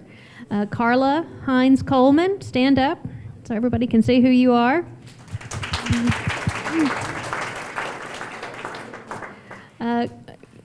The Black History Commission of Arkansas works with the Arkansas State Archives to promote and preserve Arkansas's rich Black heritage, and the Black History Commission administers a grant program, the Curtis Sykes Memorial Grant Program.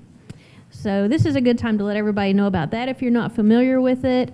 The Curtis Sykes program gives away about $50,000 annually in small grants in the range of about $3,500 to organizations involved in either preserving African American history in Arkansas or programming related to African American history. All right, time for our next speaker, Sandra Taylor Smith. Sandra is the director of the History Commission here in North Little Rock, where we're meeting today, and the Historic District Commission. She's worked with the Historic Resources of North Little Rock since 1992, when she conducted an architectural resources survey of 381 properties in the downtown area of North Little Rock. The subsequent listing of the Argenta Historic District on the National Register of Historic Places in 1993 spawned a collaboration of public and private efforts to revitalize the city's deteriorated downtown, successfully using history as the primary marketing tool.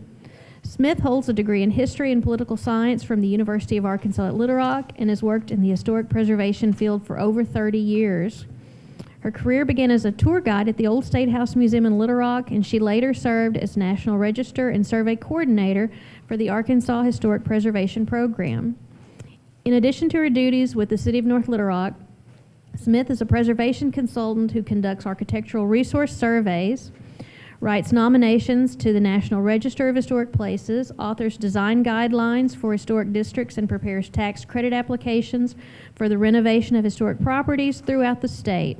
She's written National Register of Historic Places nominations for cities such as Eureka Springs, Van Buren, Rogers, Piggott, Heber Springs, to just name a few. Central Arkansas projects Smith has been involved with include survey and National Register nominations of the MacArthur Park Historic District, Central High Historic District, Hillcrest Historic District, Capitol View Historic District, Stiff Station Historic District, East Markham Street Historic District, and the Park Hill Historic District. Sandra, do you ever sleep? That's impressive. She's a recipient of the Quapaw Quarter Association's Jimmy Strawn Award and Preserve Arkansas's Parker Westbrook Award, both of which honor significant individual achievement in historic preservation over a period of years. Please welcome Sandra Taylor Smith.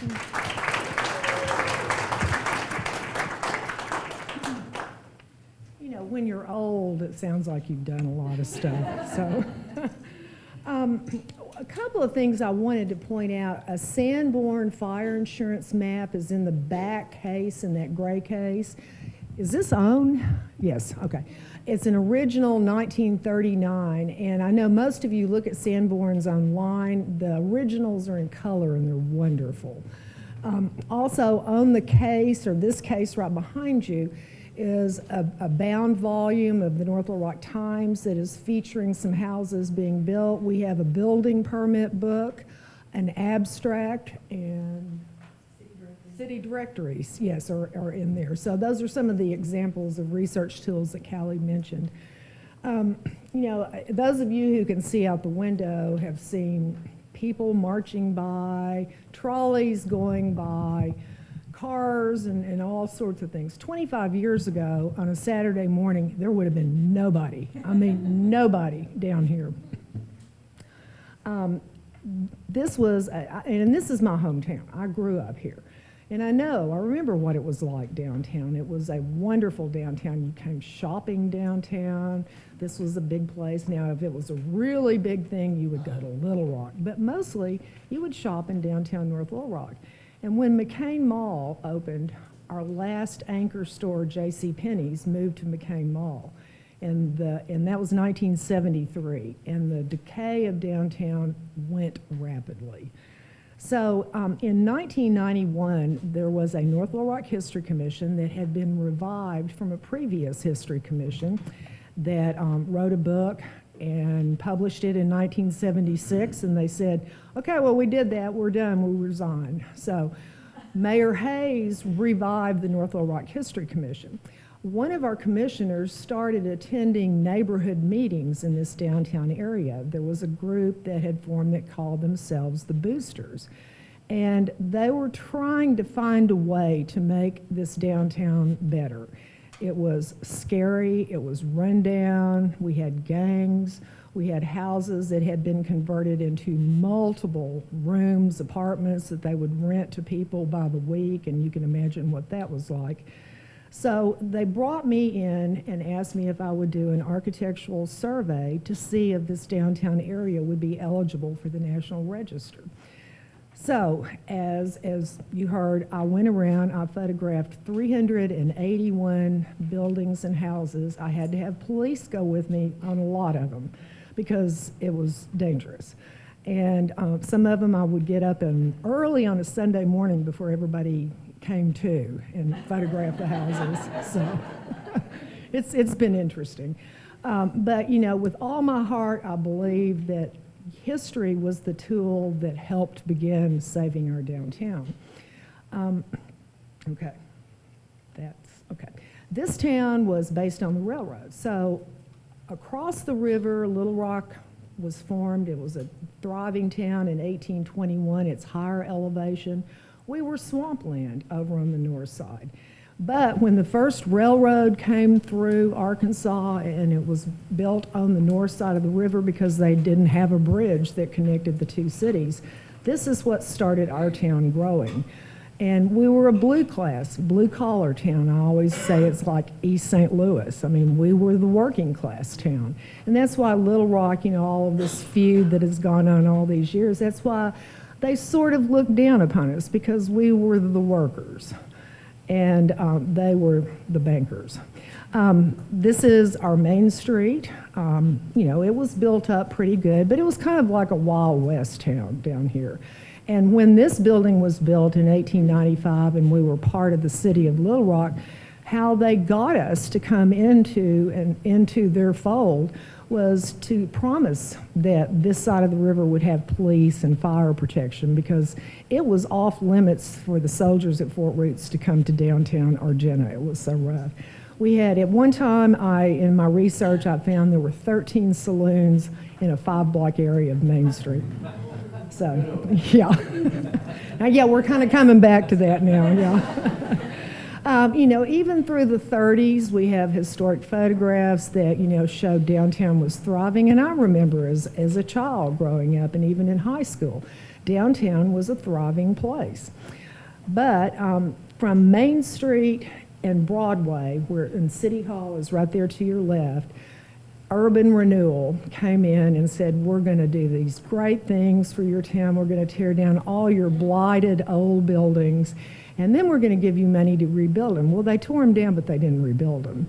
And former Mayor Casey Lehman told me many, many years ago that that was one of his deepest regrets, is that he let all of these buildings be torn down, but they didn't get rebuilt. So the program really didn't function as it should have.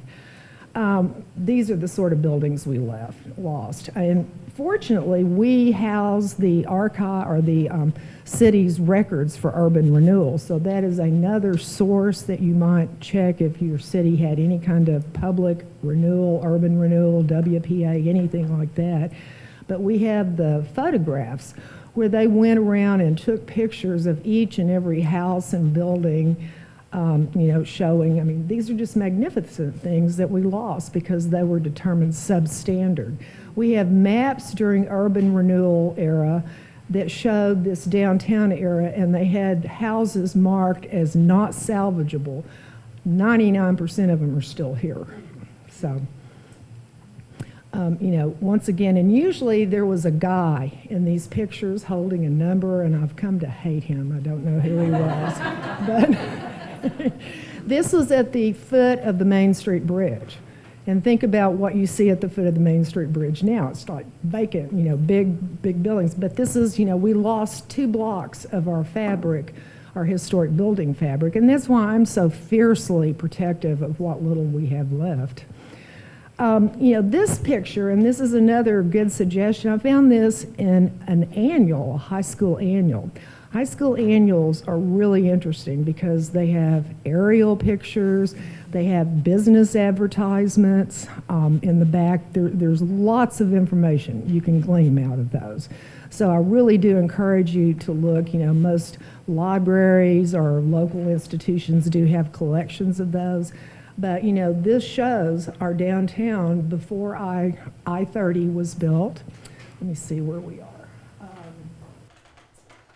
This is the feed mill that used to be behind here, railroad tracks, you know, a multitude of houses that have been demolished.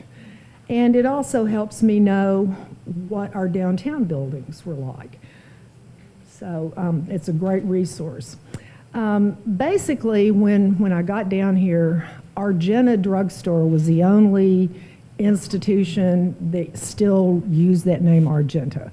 Argenta was the original name of the city or the town across the river on this side of the river that we call the opposite shore.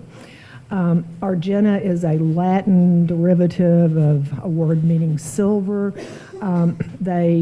The owners of the downtown had a mine out off of Kellogg Acres Road in Sherwood, or near Sherwood, and they mined mostly lead, but they did mine a little bit of silver, and so they thought that was a nice name for the town. Main Street had been made one way, And, you know, it was just strictly, the only time you saw cars on Main Street was to get home from Little Rock. And you went down Maple Street to go to work. But it had been made one way. Buildings were boarded up. This is what it looked like in 1992. And this is the block right over here. And then this is the same block now. I started working on this survey. I took all of these 391 or 81 forms to the Arkansas Historic Preservation Program. Where's Callie? Forgive me, totally different staff, but they told me, over my dead body, will this be National Register of Historic Places? And I said, wait and see. So my chairman went to Washington, D.C. and met with the National Park Service. I put together a slideshow, and he showed it to them, and they were like, wow, a great working class city. I mean, it's not mansions, it's not great pristine architecture by famous architects. It's a typical working class, blue collar town. And so this district took its name after the original town of our city, Argenta.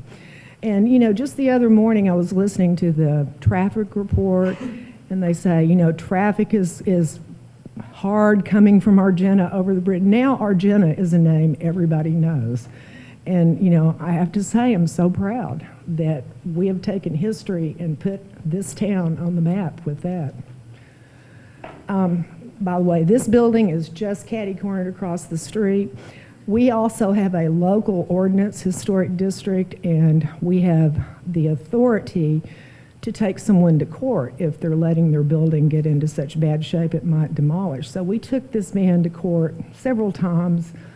The grown man cried in court, but he came back and he rebuilt this building. So, pretty proud of that. You know, this was your typical building, the slip cover. One day I was driving up Main Street going to my office, and a storm had blown part of that off. And underneath it, it says Fawcett Brothers Bank. You know, they were like the founders of our town. So this building has now been restored. It's a community theater, very, very beautiful building. And, you know, it was a matter of me begging the uniform company, please don't put that thing back up, you know. So, I mean, these are just the kinds of things that, you know, and they're right on the building, said the date when it was built.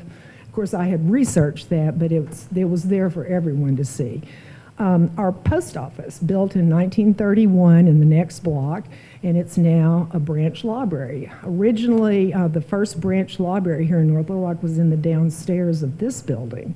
So they have now utilized this wonderful historic building. The Baker House, and this is just some of the fabric that we have in our district down here. The Baker House over here.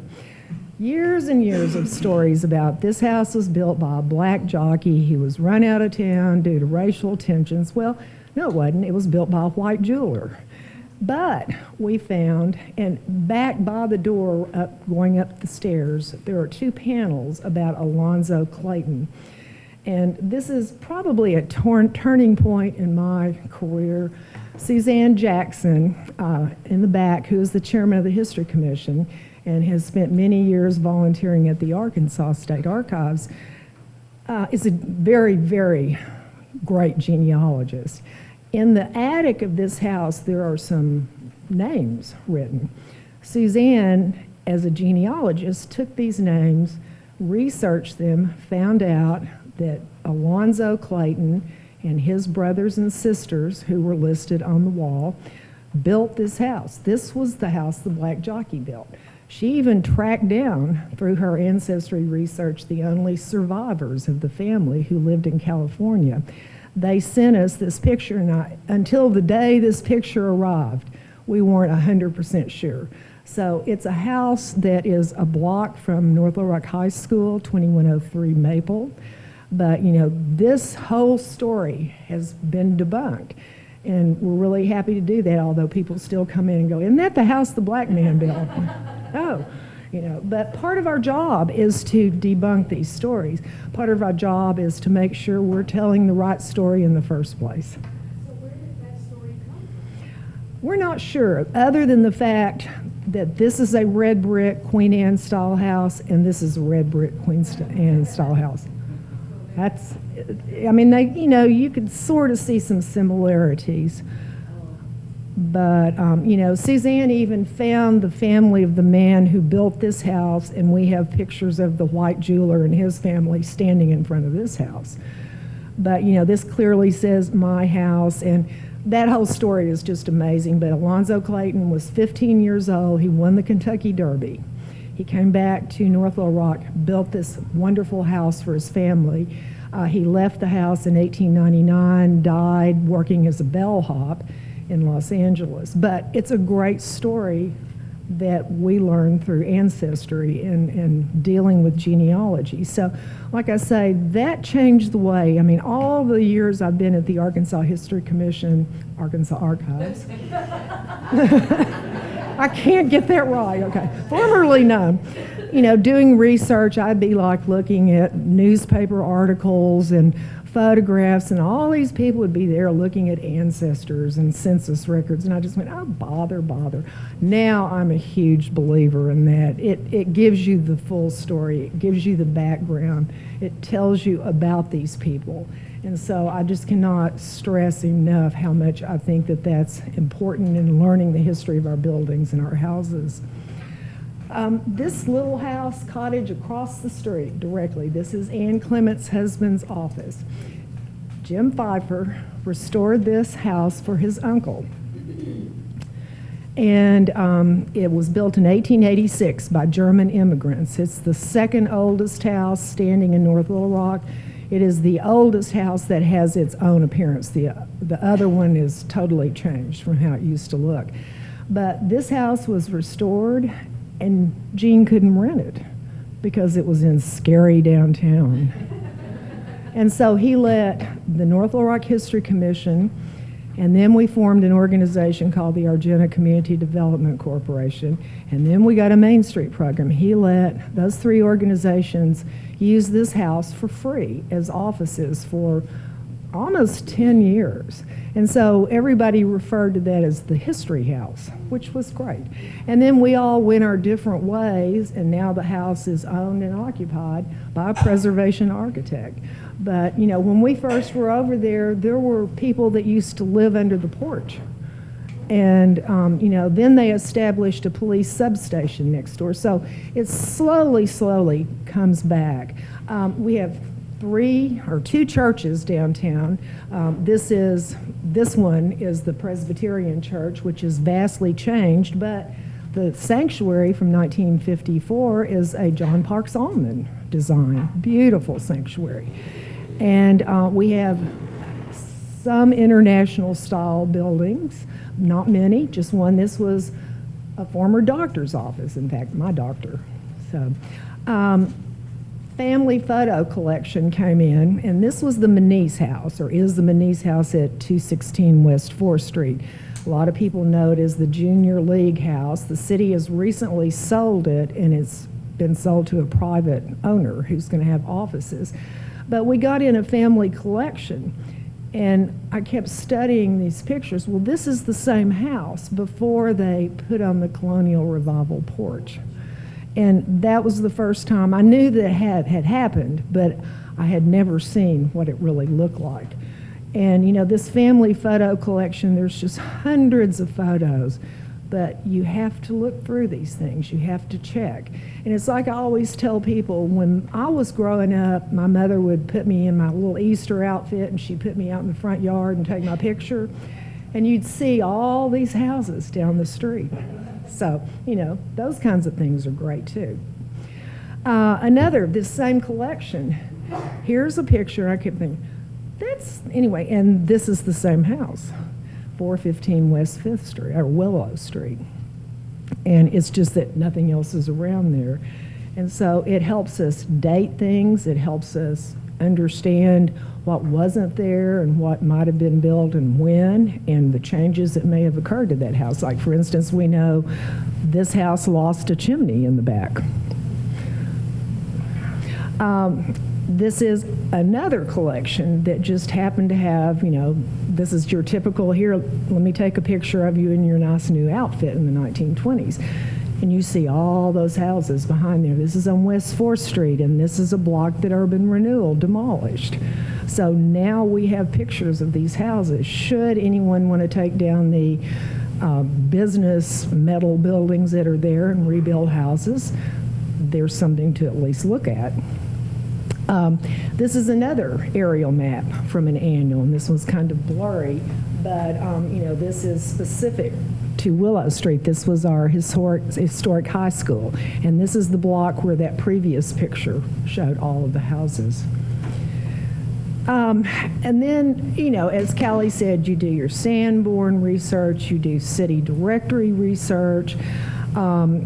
One of the times I was at a meeting with the neighborhood group, and I went to meetings every week with this neighborhood group. It was very, very frustrating. The church over here opened its doors and let us meet in that building. Had that not been the case, I think it may have gone awry, but everybody had to be nice. But, I would ask people, do you have information on your house? And, when little man says yes, and I went up after the meeting, and he said, my house was built in 1720. And I'm like, oh, thank you. Okay. Never mind. But then the next person would come up and say, my house was built by Edgar Mosley in 1926, and it was designed by. So, you have to weed that out. So it's kind of interesting. This is a map that an 86-year-old man drew who grew up, let's see, where did he grow up? He grew up right here. That was his house. And he's 86 years old, and this summer he drew me this map and listed the names of everybody who lived in the neighborhood. Memory sometimes is weird, but memory sometimes is great. And I'm also big on oral interviews because you can usually check those and verify those. But, all of my research, he was right. And, I had always heard that there was a tennis court in the neighborhood, and there was over in this area. So, just all kinds of wonderful stuff like that, and you just never know when you're going to meet somebody that can tell you these things. These are just some of our working class houses, shotguns. The railroad was so close you could just walk to the railroad. So that's why we had so much. And these are I'm just going to flash some images showing you some of the befores and afters. And, like I said, we have a local ordinance district. We review any changes to exterior now. And that's not always fun, but it's worth it. I have a quick question.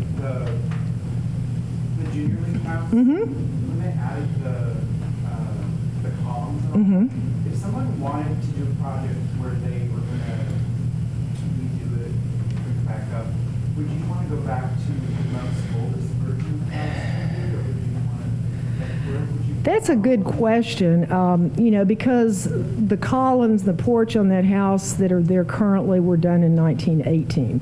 So they in themselves are historic. So, as Callie, I'm not sure how National Register would view that, but. Changes to structures. You just look at, buildings have lives, and we understand that. So some of the changes that happen to buildings can in and of themselves be historic and speak to Right. a cultural heritage or some sort of, they changed owners and there was a new style that was available and they decided to update their house and it was a new style. So we do take into account that some changes can be historic. So you can have historic additions and things like that. But, if it happened in the 90s and it was a two-story addition to a one-story house, that would be problematic. So we do take into account historic changes. Yeah, if the owner of that house came and said, we want to take it back to that era, I first would check with the National Register office to make sure that it wouldn't, because there's an easement on that house. But, I think that would be something we would work with people on. And we do have a lot of that. People come back and their porch has been enclosed and screened in or boxed in or whatever. Just houses that had siding and windows were boarded. And this is on Willow Street. This was a main street in the neighborhood. And, these were all redone. This was, a disgruntled pay by the week to live in one of the 2 bedrooms in this house got mad and set the house on fire. You know, and this is a good one. No, we would love for you to redo that porch. And there's a stairway to nowhere on the front of this porch, but this is like a crack house. And it faced a park in the Melrose Circle neighborhood. This is my favorite story. This house, and actually I didn't put in the picture that was taken at 6 a.m. on a Sunday morning, but I never could get a photograph of it because people were always like all over the front porch and they go, "Ugh," you know, it just scared me. So I did finally get the picture, and then the whole porch fell in. And then nobody lives there. And a guy from Washington State owned the house, and we couldn't touch him because he was out of state. And, you know, that went on for years. And one of my historic district commissioners' wives called the mayor and said, "We want that old nasty house gone." And we fought to save this house. And you can see what it looks like. Now, it ended up being bought for back taxes. The man made a mistake and didn't keep his taxes up. But this is where the people who own South on Main live. And Mary Steenburgen's niece lives here. And, you know, it's just a wonderful addition to the neighborhood. You know, there wasn't anything wrong with this house, but it had its porch removed and its siding removed. And we researched Sanborn fire insurance maps and saw the shapes of the house. And I was working with the owner, and as he started digging in the yard, he found the foundation for his porch, and we could verify it with the Sanborn fire insurance maps. This house you're going to hear more about later. But, you know, this was pretty typical in Argenta. You know, these people sometimes slept in a hammock in the backyard because the house was so bad. Okay. City Hall, our City Hall. That's the one thing that really saved our downtown, is that the city chose to remain downtown. Although in the energy efficient era, they had taken out the original double hung windows and put panels of concrete aggregate and stationary windows. So we received a grant from the Historic Preservation Program. We're able to put double hung windows with transoms back into the building. And, you know, that is the anchor of our district. This is this building. It was remodeled. I mean, this was the original appearance. The curfew bell rang at dusk, and you had to get off the street. Even though there wasn't any police, you had to get off the street. You know? If you were a, quote, decent citizen, is how the law read. And it was, like I said, 4 brick walls, literally. And so the building was reconstructed in 2003. And the reason the front looks different is that it had been remodeled in 1934 because the fire trucks couldn't get in the narrow front door. Next door, this building was remodeled, or it was bought and remodeled, renovated, restored, and it was white at that time. It had been white any time I could ever remember. And so we did paint scrapings. I found a descendant of the people who built it who confirmed with me, yes, it was yellow. But when it got painted yellow, people were calling this office going, "I just can't believe you've let them paint that yellow," you know. But that was the original color. So. You know, this is the 400 block of Main, which was, you know, one of those that everything was boarded up. And these are just scenes with what I think history has done downtown. This was a building across the street from City Hall, a Western Auto, very suburban type building with parking right on the site that replaced a nice historic building. And so now we're seeing new construction in the neighborhood. The building, Cregan's, offices, or townhome apartments in the upstairs. City Grove apartments, and then we're having lots more new construction that I haven't really updated yet. So the block, the 700 block, it was one of our last holdouts. It's been boarded up for years. We have the Family Historic Photo Collection, and the National Park Service, because the man's doing a tax credit, is making him put back the Carrera or the Vitrolite glass. So these are all being redone. And that's what it looked like, but we knew that's what it used to look like. So it's very exciting. But anyway, that's kind of our Argenta story, and I do believe that history is what helped save this neighborhood. Couple of things. I have an aerial map of Park Hill. This is hugely wonderful. In 1929, I use this all the time. I have maps of Lakewood showing how many houses were there and built and when. I don't even know if this is in print anymore, House Histories by Sally Light. And one of my favorite parts of it, she has a section that helps you understand or interpret old handwriting. It's not easy. You know, and she shows you how they made their D's and stuff like that. We have the clip files, your local newspapers. They probably don't do it now, but local newspapers used to have clip files, and they're filed by subject. And I have found wonderful information on houses and neighborhoods in there. And these things, you know, this one's Rogers, and I mean, they're not necessarily scholarly pieces of work, but they're great. They've got great pictures in them. So, you know, I just encourage you to look at those. You know, pattern books, the Sears houses, that gives you kind of a ballpark idea. Aladdin houses, Wardway, Bennett's, Montgomery Ward even built houses. And those are all fun to look through. You can see interiors, you can see exteriors. So, anyway, thank you. Yes. I'm sorry. Sandra mentioned that she thought history saved North Little Rock or Argenta, but I think Sandra's work had a lot to do with it.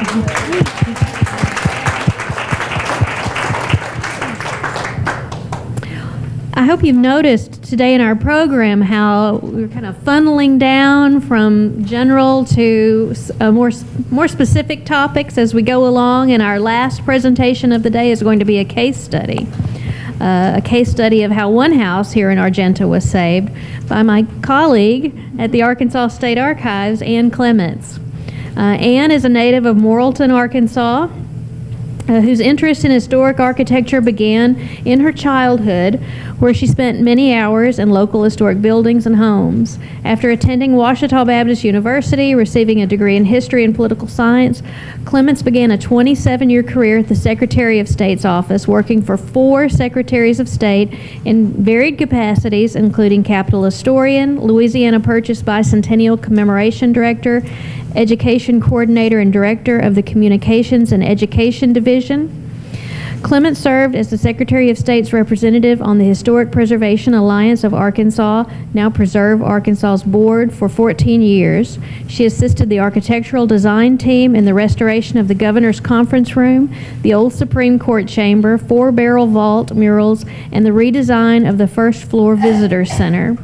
Currently, she continues to promote and preserve our state's history as an outreach specialist at the State Archives, writing grants and planning events, and is a member of the North Little Rock History Commission. She's also the owner and designer for Sparkly Things, an upcycled handmade jewelry business. She and her husband Gary improved their post-World War II Park Hill home before renovating and restoring their current home, a 1919 American Foursquare located in the Argenta Historic District. Now, Ann, did I understand that after you're finished today, we're all going to come over and take a tour and have dessert? Please welcome Ann Clements.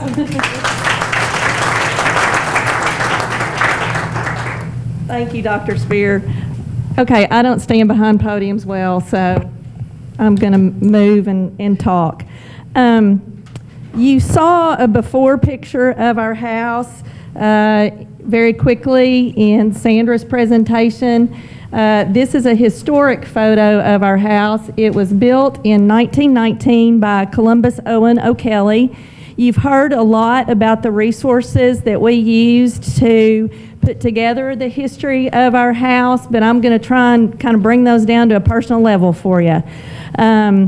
This is the O'Kelly, most of the O'Kelly children and Grace the mother, Grace is here, sitting on the porch. And this photo was taken about 1926. It's the earliest known photo that we have of our home.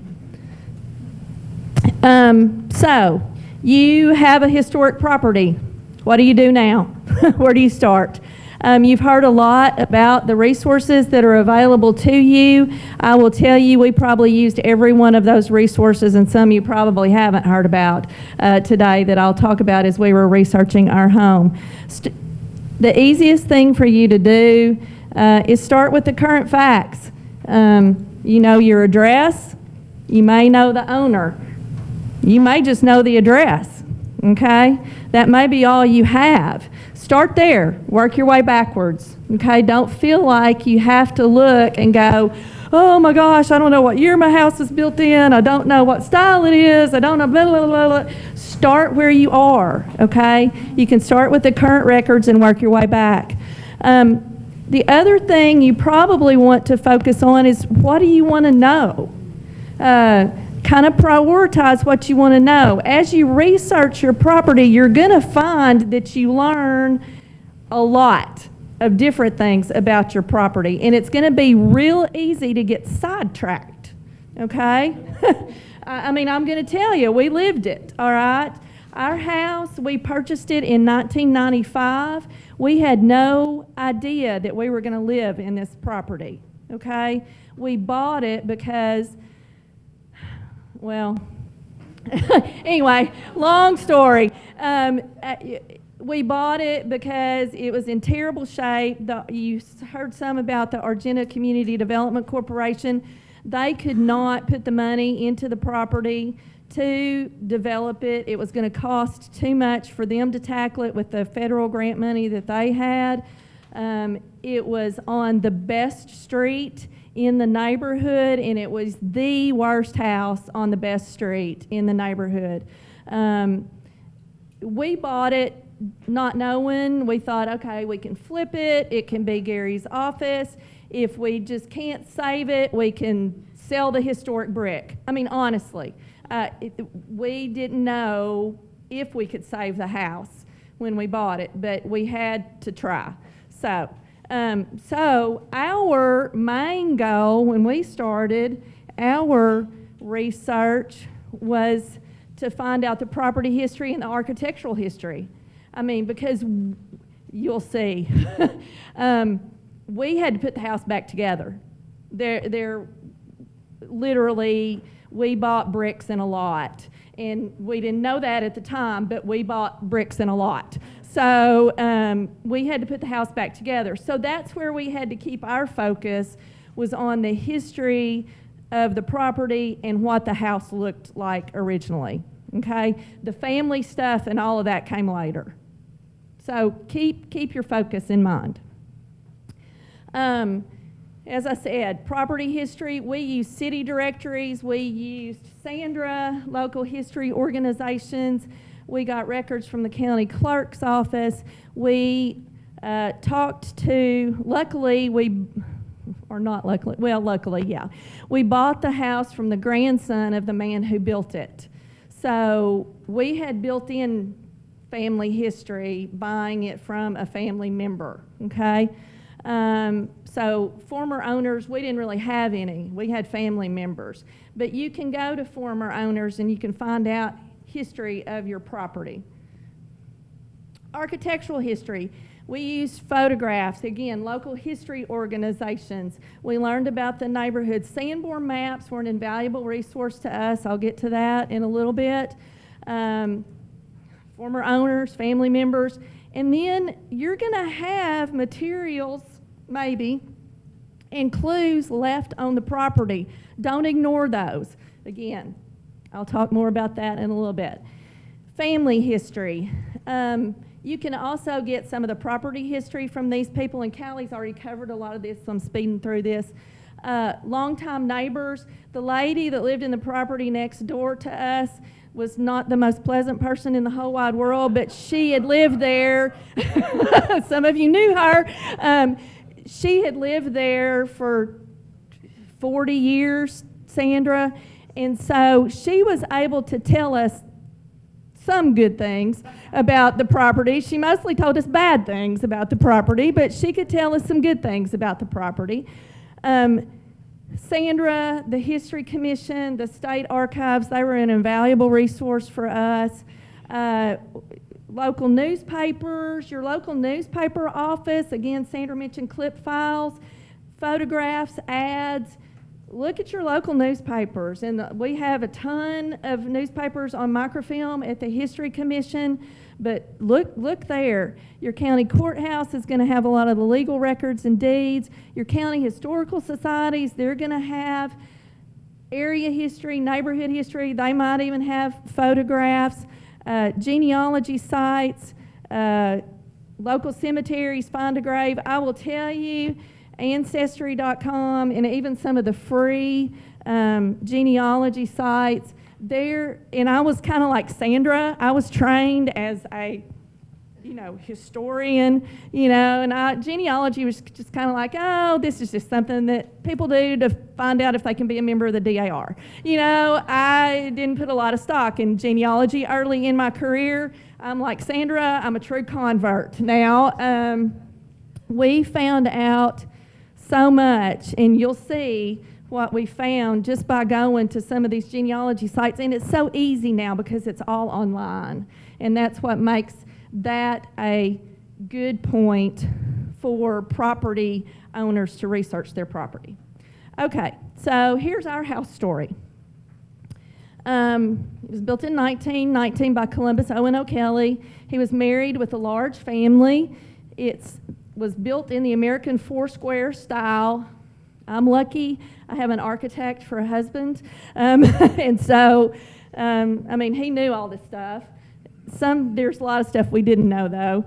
But you don't have to be an architect to find this information out. Sandra mentioned there's style books, there's people you can talk to, the Historic Preservation Office can guide you in that as far as what kind of style your house was, changes that have been made to it throughout the years. Our house was in the boundaries of the Argenta Historic District that Sandra surveyed. Our house was a non-contributing structure. So what that means is it was in the boundaries of the district, but it was not listed as part of the district in the nomination, okay? If our house had not been in the Argenta Historic District, I doubt it would have been eligible for National Register nomination. Our house is a working man's house.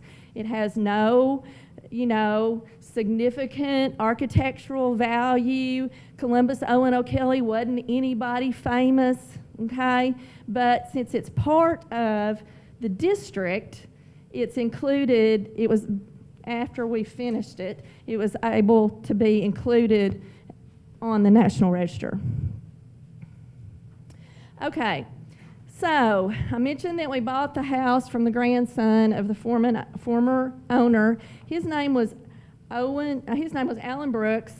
We found out more information from Alan about kind of the history of the house. His mom, Bobby, was the youngest of the O'Kelly children. The O'Kellys had 9 children that lived. They had 2 that died in infancy. Bobby was the youngest.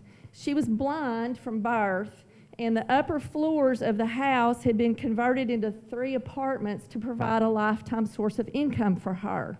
Okay? So as long as Bobby was alive, and even after Bobby's death, they rented out rooms in our house.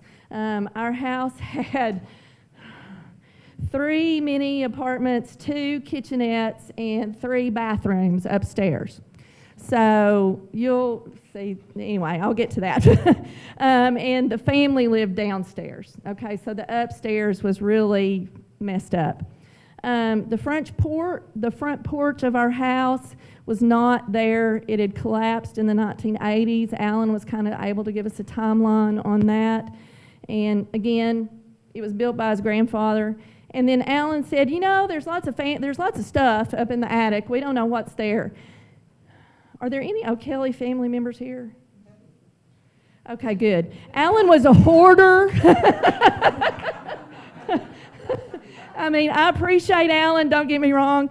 Alan was, and when I say he was a hoarder, Gary, the first time he took me to the house, there literally was a path that was not any wider than this that we could walk through in each room. There were boxes piled up to the ceiling.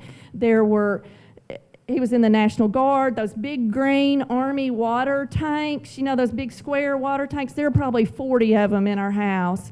It was bad. I tell you, it was bad. And I'll tell you why in a minute. But they just didn't have the resources to take care of the house.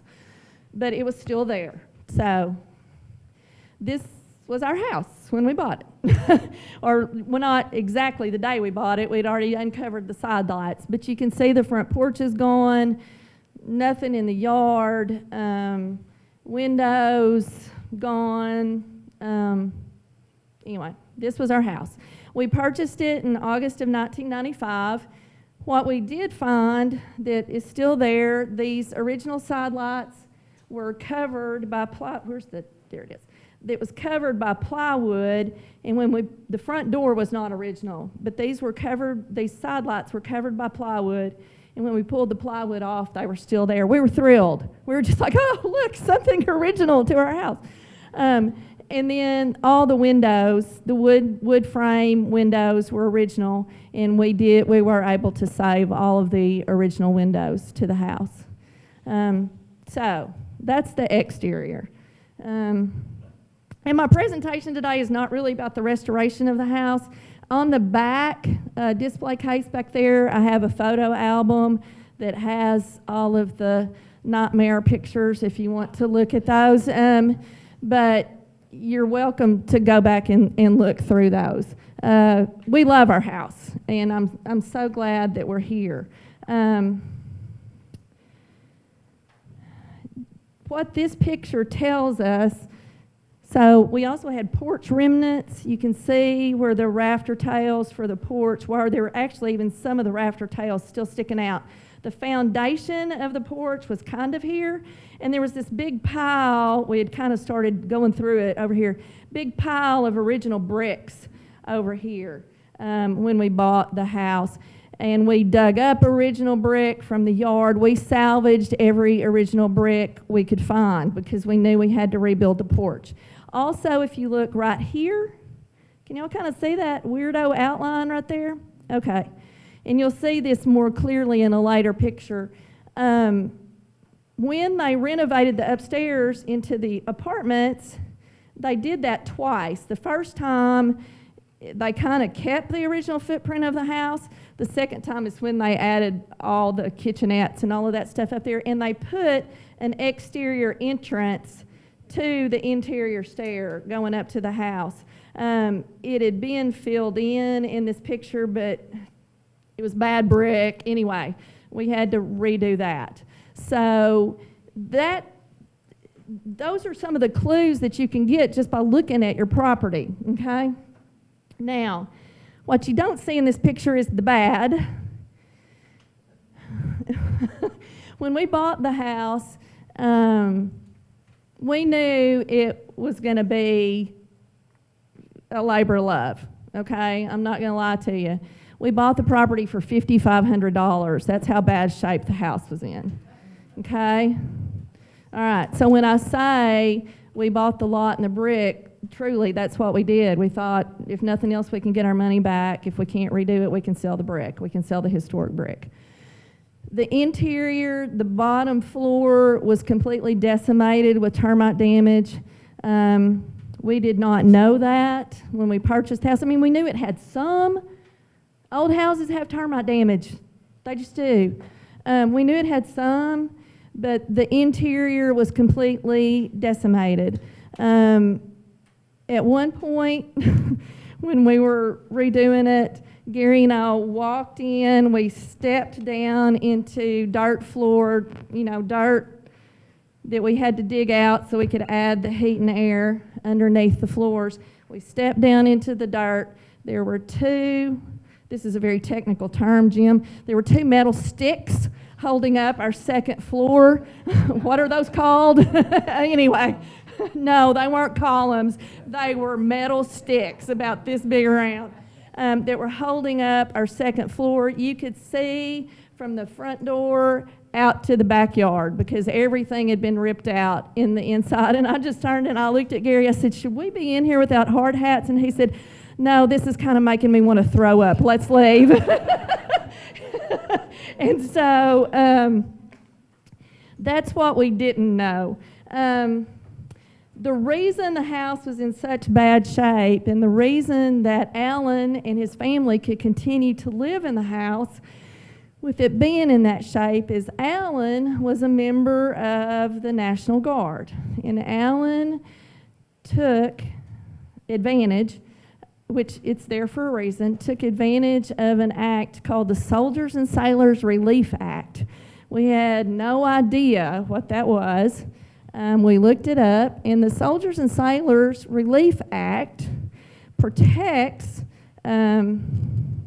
National Guard, well, it protects federal, Army, active duty military. It protects them, giving them more time to pay their debts, honor their contracts, pay their taxes, that kind of thing, while they're on active duty. Alan was in the reserves. He was considered active duty. And so he could avoid eviction. He could avoid stays in legal proceedings. He didn't have to pay property tax. So when they talk about property tax records, our house has none, zero, except for when Columbus and Grace lived there. We've got property tax records for about 20 years on our house. And so he was protected from condemnation, which is a good thing because the house would have been torn down long ago had he not taken that. So you'll find weird stuff as you go through. Okay. The other thing that I would encourage you to, okay, here you go. Here's the side lights covered up, and you can see this, lovely paneling door and the screen door that we had on the front of our house. You can see the foundations. These are the caps to the columns on the porch. They were still there. We were able to reuse those. The last thing you want to do when you're hot and sweaty and tired from, dismantling termite-ridden boards and throwing them out the upstairs back door, and you've been working all day, is to document what you're doing. I want to encourage you to please document. Please take before and after pictures. Please take pictures as you go, okay? As Callie's mentioned, National Register status doesn't protect your property from being torn down. So if you don't document, the future generations aren't going to know what happened, and if the worst happens, there's going to be documentation of what that property was and what you did to it. So we really tried to document as we go. Restoring an old house is kind of like childbirth. You go through all this labor and you go through all this pain, and then, 20 years later, you sort of forget all that until you go back and look at pictures like this. But you remember, everything becomes funny, and, I've got some pretty horrible stories that I'm going to tell you that we think are funny now, but it really is kind of like childbirth. It's a labor of love, and it takes labor, and it takes pain, and it takes money. So just remember that as you go through. But you can laugh about the survival once you get onto the other side. I mentioned that you can kind of see the pile of bricks right here. We gather bricks from all over the property. This is the side of the house. This is our backyard. And this was after we started cleanup. Yeah. There were 30 tires in our backyard that we had to haul away. There were boxes of stuff. The backyard took weeks. Gary, at one point, this was our little work truck at the time. Gary, at one point, was in the backyard, and he was throwing these tires in the back of his truck, and he got a piece of steel-belted radial stuck in his finger. And we had to go to the ER, and he had to have surgery, and so wear gloves when you're doing stuff like that. Anyway, the other thing I'd like to point out is you see all these trees. This is an original tree on the property. It's a huge pecan tree. There was this tree and a sycamore on the back fence that were original to the property. Pay attention to your landscaping. You can save original plants, original bushes. You can kind of help date photographs from the landscaping that's there. You'll see some of the changes in the landscaping as we go through. But anyway, so just pay attention to that. I'm trying to hurry. Sanborn maps. You've heard a lot about Sanborn maps. This is what the Sanborn maps look like on microfilm. They're not in color. This is our house right here. Sorry. This is our house right here. Okay? Now, what you can tell from this black and white is that our house was brick veneered. Okay? The main part of the house was 2-story, back porch was 2-story, front porch was 1-story, and we had an outbuilding. That outbuilding was not there. We had a 1-story outbuilding. That outbuilding was not there when we purchased the property. It was long gone. Okay? Sanborn map key is also, it's vital. These are all the different things you have to look at. That's what all these little different symbols are. But black and white will only tell you so much. You really have to look at the color. And here's the difference. You can see, I'm sorry, these are blurry, but right here is what our property looks like, and that says brick veneered building. And it's hard to see, but that's a yellow with a pink border, okay? Over here, you see that's just a plain white, okay? And that, it'll be that way on the map as well. It'll be colored that way on the map as well. So if you can, look for the colored originals of the Sanborn maps. And are those, does the state archive make that available to the public? Because I've always just been given the microfilm. We do have the original 55 that's been, added to through the years, 52, 55, whatever year that is. I don't know, that's a question for Dr. Spear. I've honestly only used our microfilm copy, so I'm not sure about it. Okay. I'm looking in our guide to see. I pulled the originals to take these pictures, but, yes. The State Archives has Staples collection of Arkansas maps. They have their, it's a collection of Sanborn maps, their collection of colored Sanborn maps, across the state. So they are available, in our collection. Okay, so there is a Staples collection that has colored Sanborn maps that have been digitized that you can look at, that have different towns in them, and so you can have access to those. Okay. But Sandra has Sanborn maps here as well that they can pull the originals, and you can come and look at those here. Okay. Darren, were you saying those have been digitized, or do people still need to look at the paper copy? It's paper copy. Oh, I'm sorry, my mistake. It's paper copy, but they are the color. Okay? All you have to do is when you come in, just say that you would like to see the originals, and we'll talk to the ASE, and we'll get you the originals. Yeah. I mean, our original bound copy's in pretty good shape, but that's an AOD question. Okay. So that pink color illustrates or depicts the brick part of the house? What part of the house? Yes. is here with brick? Yes, that's what this means right here. Now, here's the weird thing about the Sanborn map. Our porch was brick. This yellow indicates that the porch was frame, but our porch was originally brick, and very evident in the photograph that we found. So, again, use a combination of sources, okay? I don't know why the Sanborn map says our porch was frame. It was not. Anyway.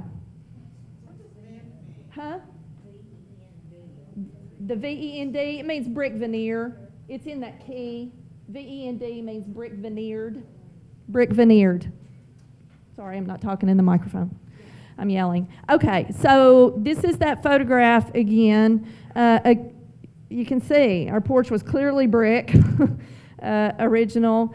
And these are the kids. How we came in possession of this photograph, 2 of the older O'Kelly children were still alive. One still lived in Little Rock. And she would drive by because she knew we were working on the house. We weren't home. We couldn't live in the house while we were working on it. And so she drove by one day and a neighbor was out in the yard. She left this photograph with the neighbor and said, please give this to the people that are redoing the house. We had not met her at this point. And so, like I said, we kind of knew what the porch looked like, but not really. We didn't know about the roof. We didn't know. There were several things we didn't know. And Sandra didn't have this photograph. I mean, we had nothing that showed us what that original porch looked like. And so this really helped us know how to reconstruct the porch. And you're never going to know who you're going to meet in the process of redoing an old house. The person who gave us the photograph was Jacqueline. She's sitting right here. She's the one that lived in Little Rock. Her brother Carol is right here. Carol lived in Texas, and Carol came and visited as well. And Carol, they called us, and they set up a time to come by and talk with us. Do not ever turn down an opportunity to learn information about your house, okay, or your property. People may tell you stories, and you're going to have to go back and verify, but don't ever turn down an opportunity. Carol drew all of these floor plans for us, okay, the way he remembered the house, okay. So we had this to go by because, again, remember, our upstairs was a mess, okay? We had no idea what the upstairs looked like. The downstairs, and because of the style of the house, we pretty much knew. But he also was able to tell us not only floor plans, but kind of materials, you know, what materials things were made out of. And then this is a fun story. Okay, 9 kids, 11 people lived in the house, 1 bathroom, okay? They had a toilet hole on the back porch. So they didn't have an outhouse, but they had a toilet hole on the back porch. We left that there, just, you know, I mean, we stopped it up, you know, but plugged it up, but we left it there because it was original to the house. So he was able to tell us that. He also, the interior staircase was gone. Basically it was just the stair treads left. He also was able to tell us what the interior staircase looked like, that it had square spindles and posts, and, you know, it had square posts at the bottom, and it had a landing. Remember, it went straight down to the street, so it had a landing, it turned, and it went up. So he was able to fill in a lot of information for us. And then the next gem that we found, I don't want to leave anything out, so sorry, I'm going by my notes here, or I'll get off base. Carol gave us this photograph, and this is the guy, right? This is Owen O'Kelly, right here. He worked for the St. Louis Iron Mountain and Southern Railroad here in North Little Rock. He was a railroad man, and this also shows the rail yard at that time, which Sandra really likes this picture because we don't have a lot of pictures of that rail yard here in North Little Rock. I don't know who any of the rest of these guys are, but this was we had a picture of the person who built our house, okay? And the family was very generous with us. I can't tell you how generous they were, and we really owe them a lot. So we had this information from the family, but then we had all of the, you know, Alan saying, oh, there's a lot of stuff in the house. Well, yeah, there was a lot of junk in the house. And so this tells you what we were up against. So when I say when you're hot and sweaty and tired and all you want to do is just throw the crap out and get it done because you want to move on. Be careful, okay? If you see a box and it's got paper in it and it looks old, set it aside, you know. And honestly, this is where my training came into play, because Gary was just looking at me going, we got to get this stuff out of here. You know, I know what the house looked like. We just got to get this stuff out of here. And I'm just like, honey, there's some of this that we've got to save. And so in the middle of the Coke cans and the trash and the, you know, water bottles and the junk, if it looked like it was from the time period the house was built, I set it aside. And I wore masks and gloves, and I wiped off documents the best I could, and, you know, save what you think you can, okay? And all the archivists in the room can cover their ears right now, but I just threw it all in a cardboard box, and I just set it aside, you know, until later. And again, all the archivists can close their ears. Bounce dryer sheets are a great way to get musty, nasty smells out of paper. Just throw them in there. Don't leave them in there forever, but just throw them in there. I mean, y'all, we're talking, I was wiping rat droppings off of pieces of paper, okay? They were nasty. So I wasn't going to store that stuff. So I was trying to do something just so I could look at it to even evaluate if it was worth saving or not. Okay? But it was worth it because this is what we found. These are the original hand-drawn plans of our house that were drawn by Owen O'Kelly. They were in a cardboard box folded up in the attic. They're back on the back table. Owen drew the plans himself. Okay? You were talking about architectural plans. This was a case that the owner drew the plans. He knew exactly what he wanted, and he drew the plans of the house. Again, it says what they called the rooms, you know, what the stairs, there's our stairs in the landing. The size of the rooms, where built-in china cabinets were that were no longer there, closets that were no longer there, back porch, these were the stairs. Our back porch was 2 stories. Had a sleeping porch above, so here were the stairs. Okay, the toilet hole was right here underneath the stairs. But this, where the stairs were located on the back porch, all that was gone. All that was gone. And then this was the most important to us. It told us the original footprint of upstairs. Okay? Now, I told you how bad a shape the house was in. The house also gave us some clues about the upstairs footprints. When we started tearing stuff out, you could see where original door casings and stuff had been. But we would have never known, you know, this central hall is really wide, and it's offset with the window that's here. Gary's an architect. He would have centered that hall on that window. That wasn't how it was originally. Okay? So we were able to know how the upstairs looked. And Owen was able to draw and build these plans because he took a correspondence course. And this was more of the paper that was in the attic. He took this course in 1908. A lot of times courses were available. There were music courses available. There were drawing correspondence courses available. He finished the whole course. This is some of his homework that we found in the house.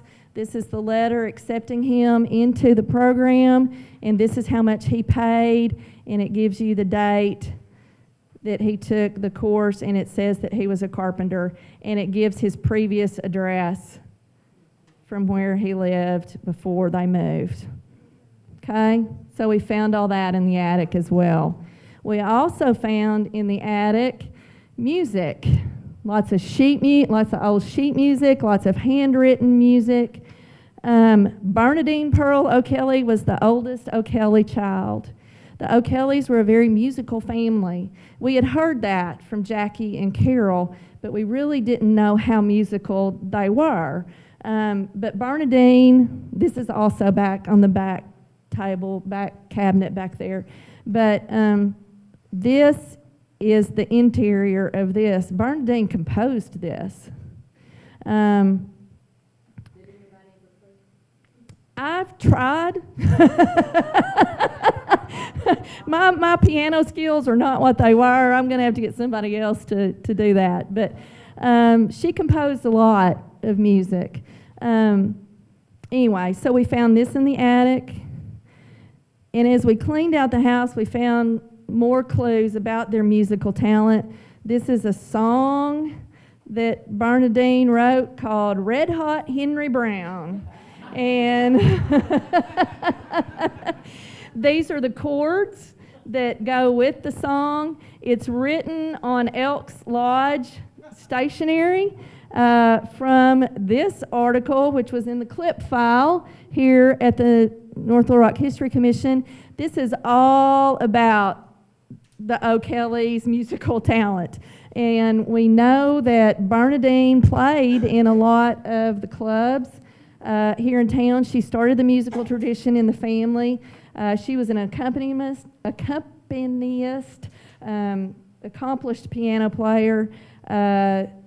Once Bernadine was grown, they still had kids at home. It was the Depression. Bernadine sent money for the younger kids to continue their musical lessons. And they continued during the Depression years. Carol was an expert tap dancer. Kathleen and her husband were traveling vaudeville performers. They performed in Havana, St. Louis, Chicago, and Cleveland. They had twins, Ned and Ted. They were the acrobats in the family. They did headstands and backbends and acrobatics. Jackie, who we met and who gave us the picture, was apparently an incredibly talented dancer. She took dance lessons here, and in this article, her teacher says that she was the most talented of the O'Kelly children and that she could have had a professional career, and I'll get to that in a minute. So there we go. All right. Now, here's some more photos that we got from the family or we found in the house. You'll notice in this picture, you can see the sleeping porch, the original sleeping porch. It was filled in. I don't know if you remember that first interior photograph, but it was filled in. This lattice work apparently went all the way across the bottom part of our back porch, but this lattice work stayed in place because what's right there on the back porch? That's where the toilet hole is. So that lattice work stayed in place. We actually tore that lattice work off the porch when we got it. It was still in place. And this is Grace and probably Ralph and Carol. If I had the photograph identifies them as Ned and Ted, but those aren't the twins, and their dog. So they had dogs in Argenta back then.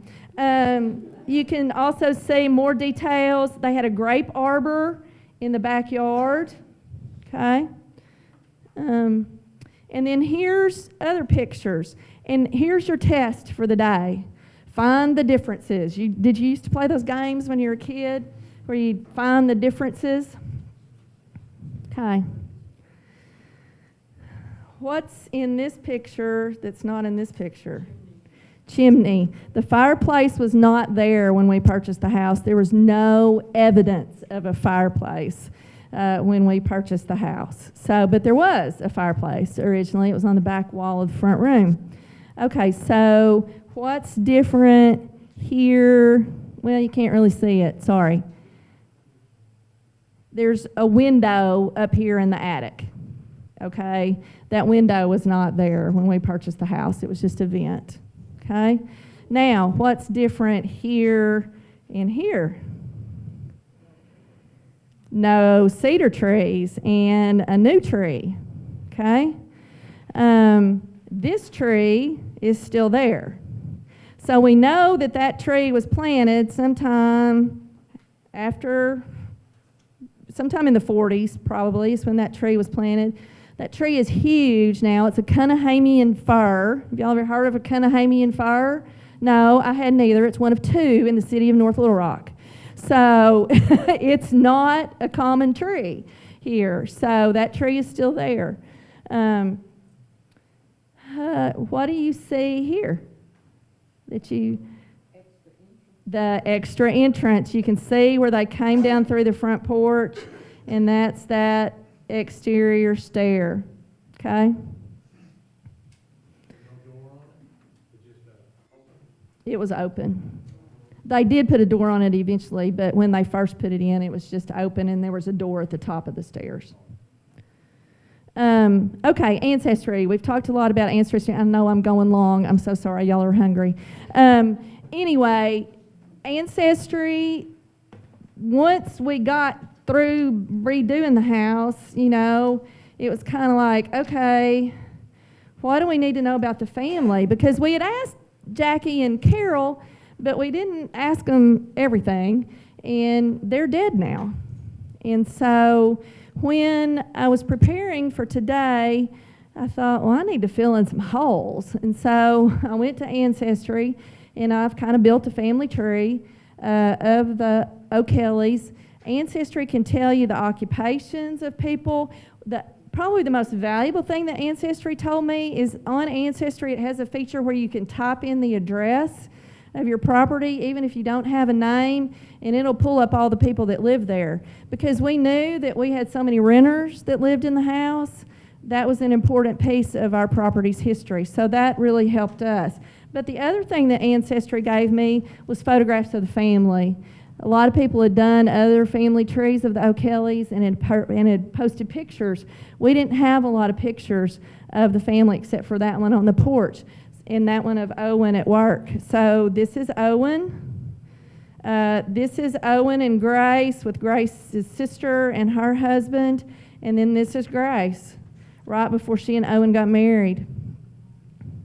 This is Grace and Carol, the one who talked with us when he was 5 months old, okay?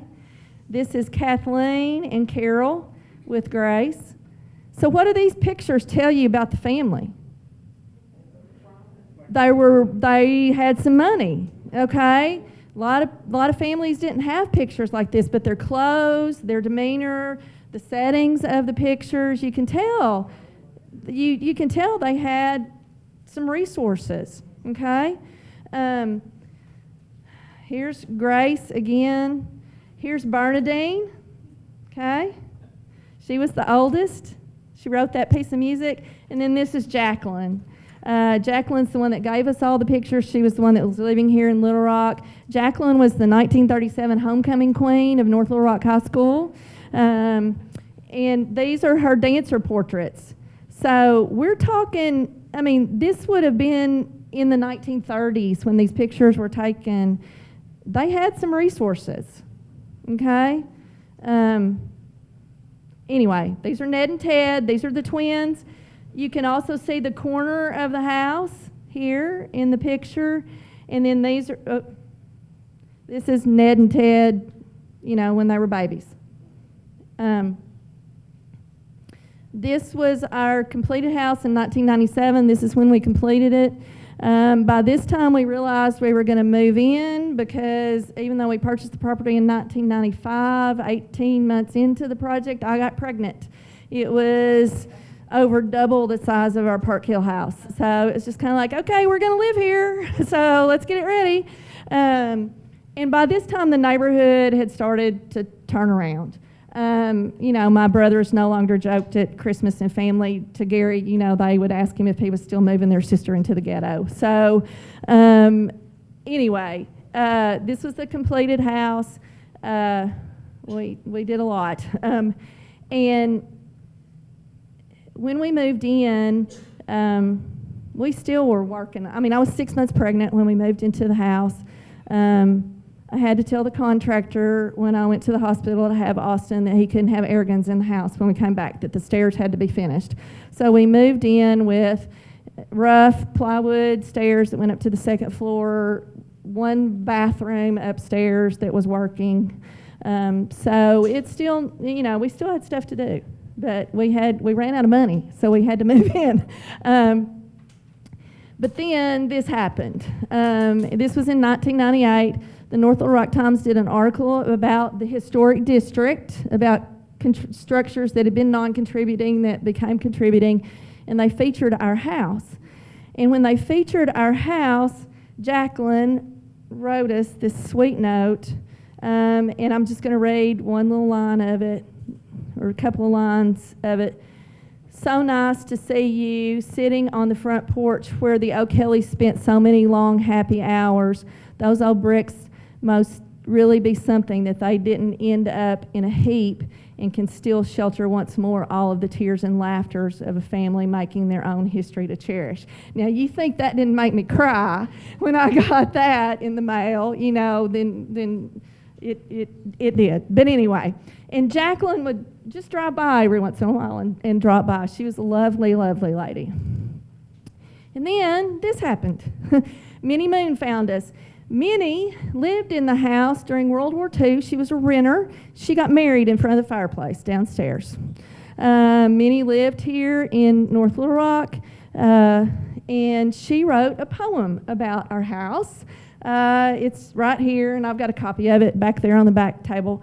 But it was published in this book. She got this grant, and we had Minnie lived with her sister and her husband. They rented upstairs as well, and we had them over, and were able to sit down and talk to them about their memories of the house. And Minnie died also. So again, find out what you can, when you meet these people.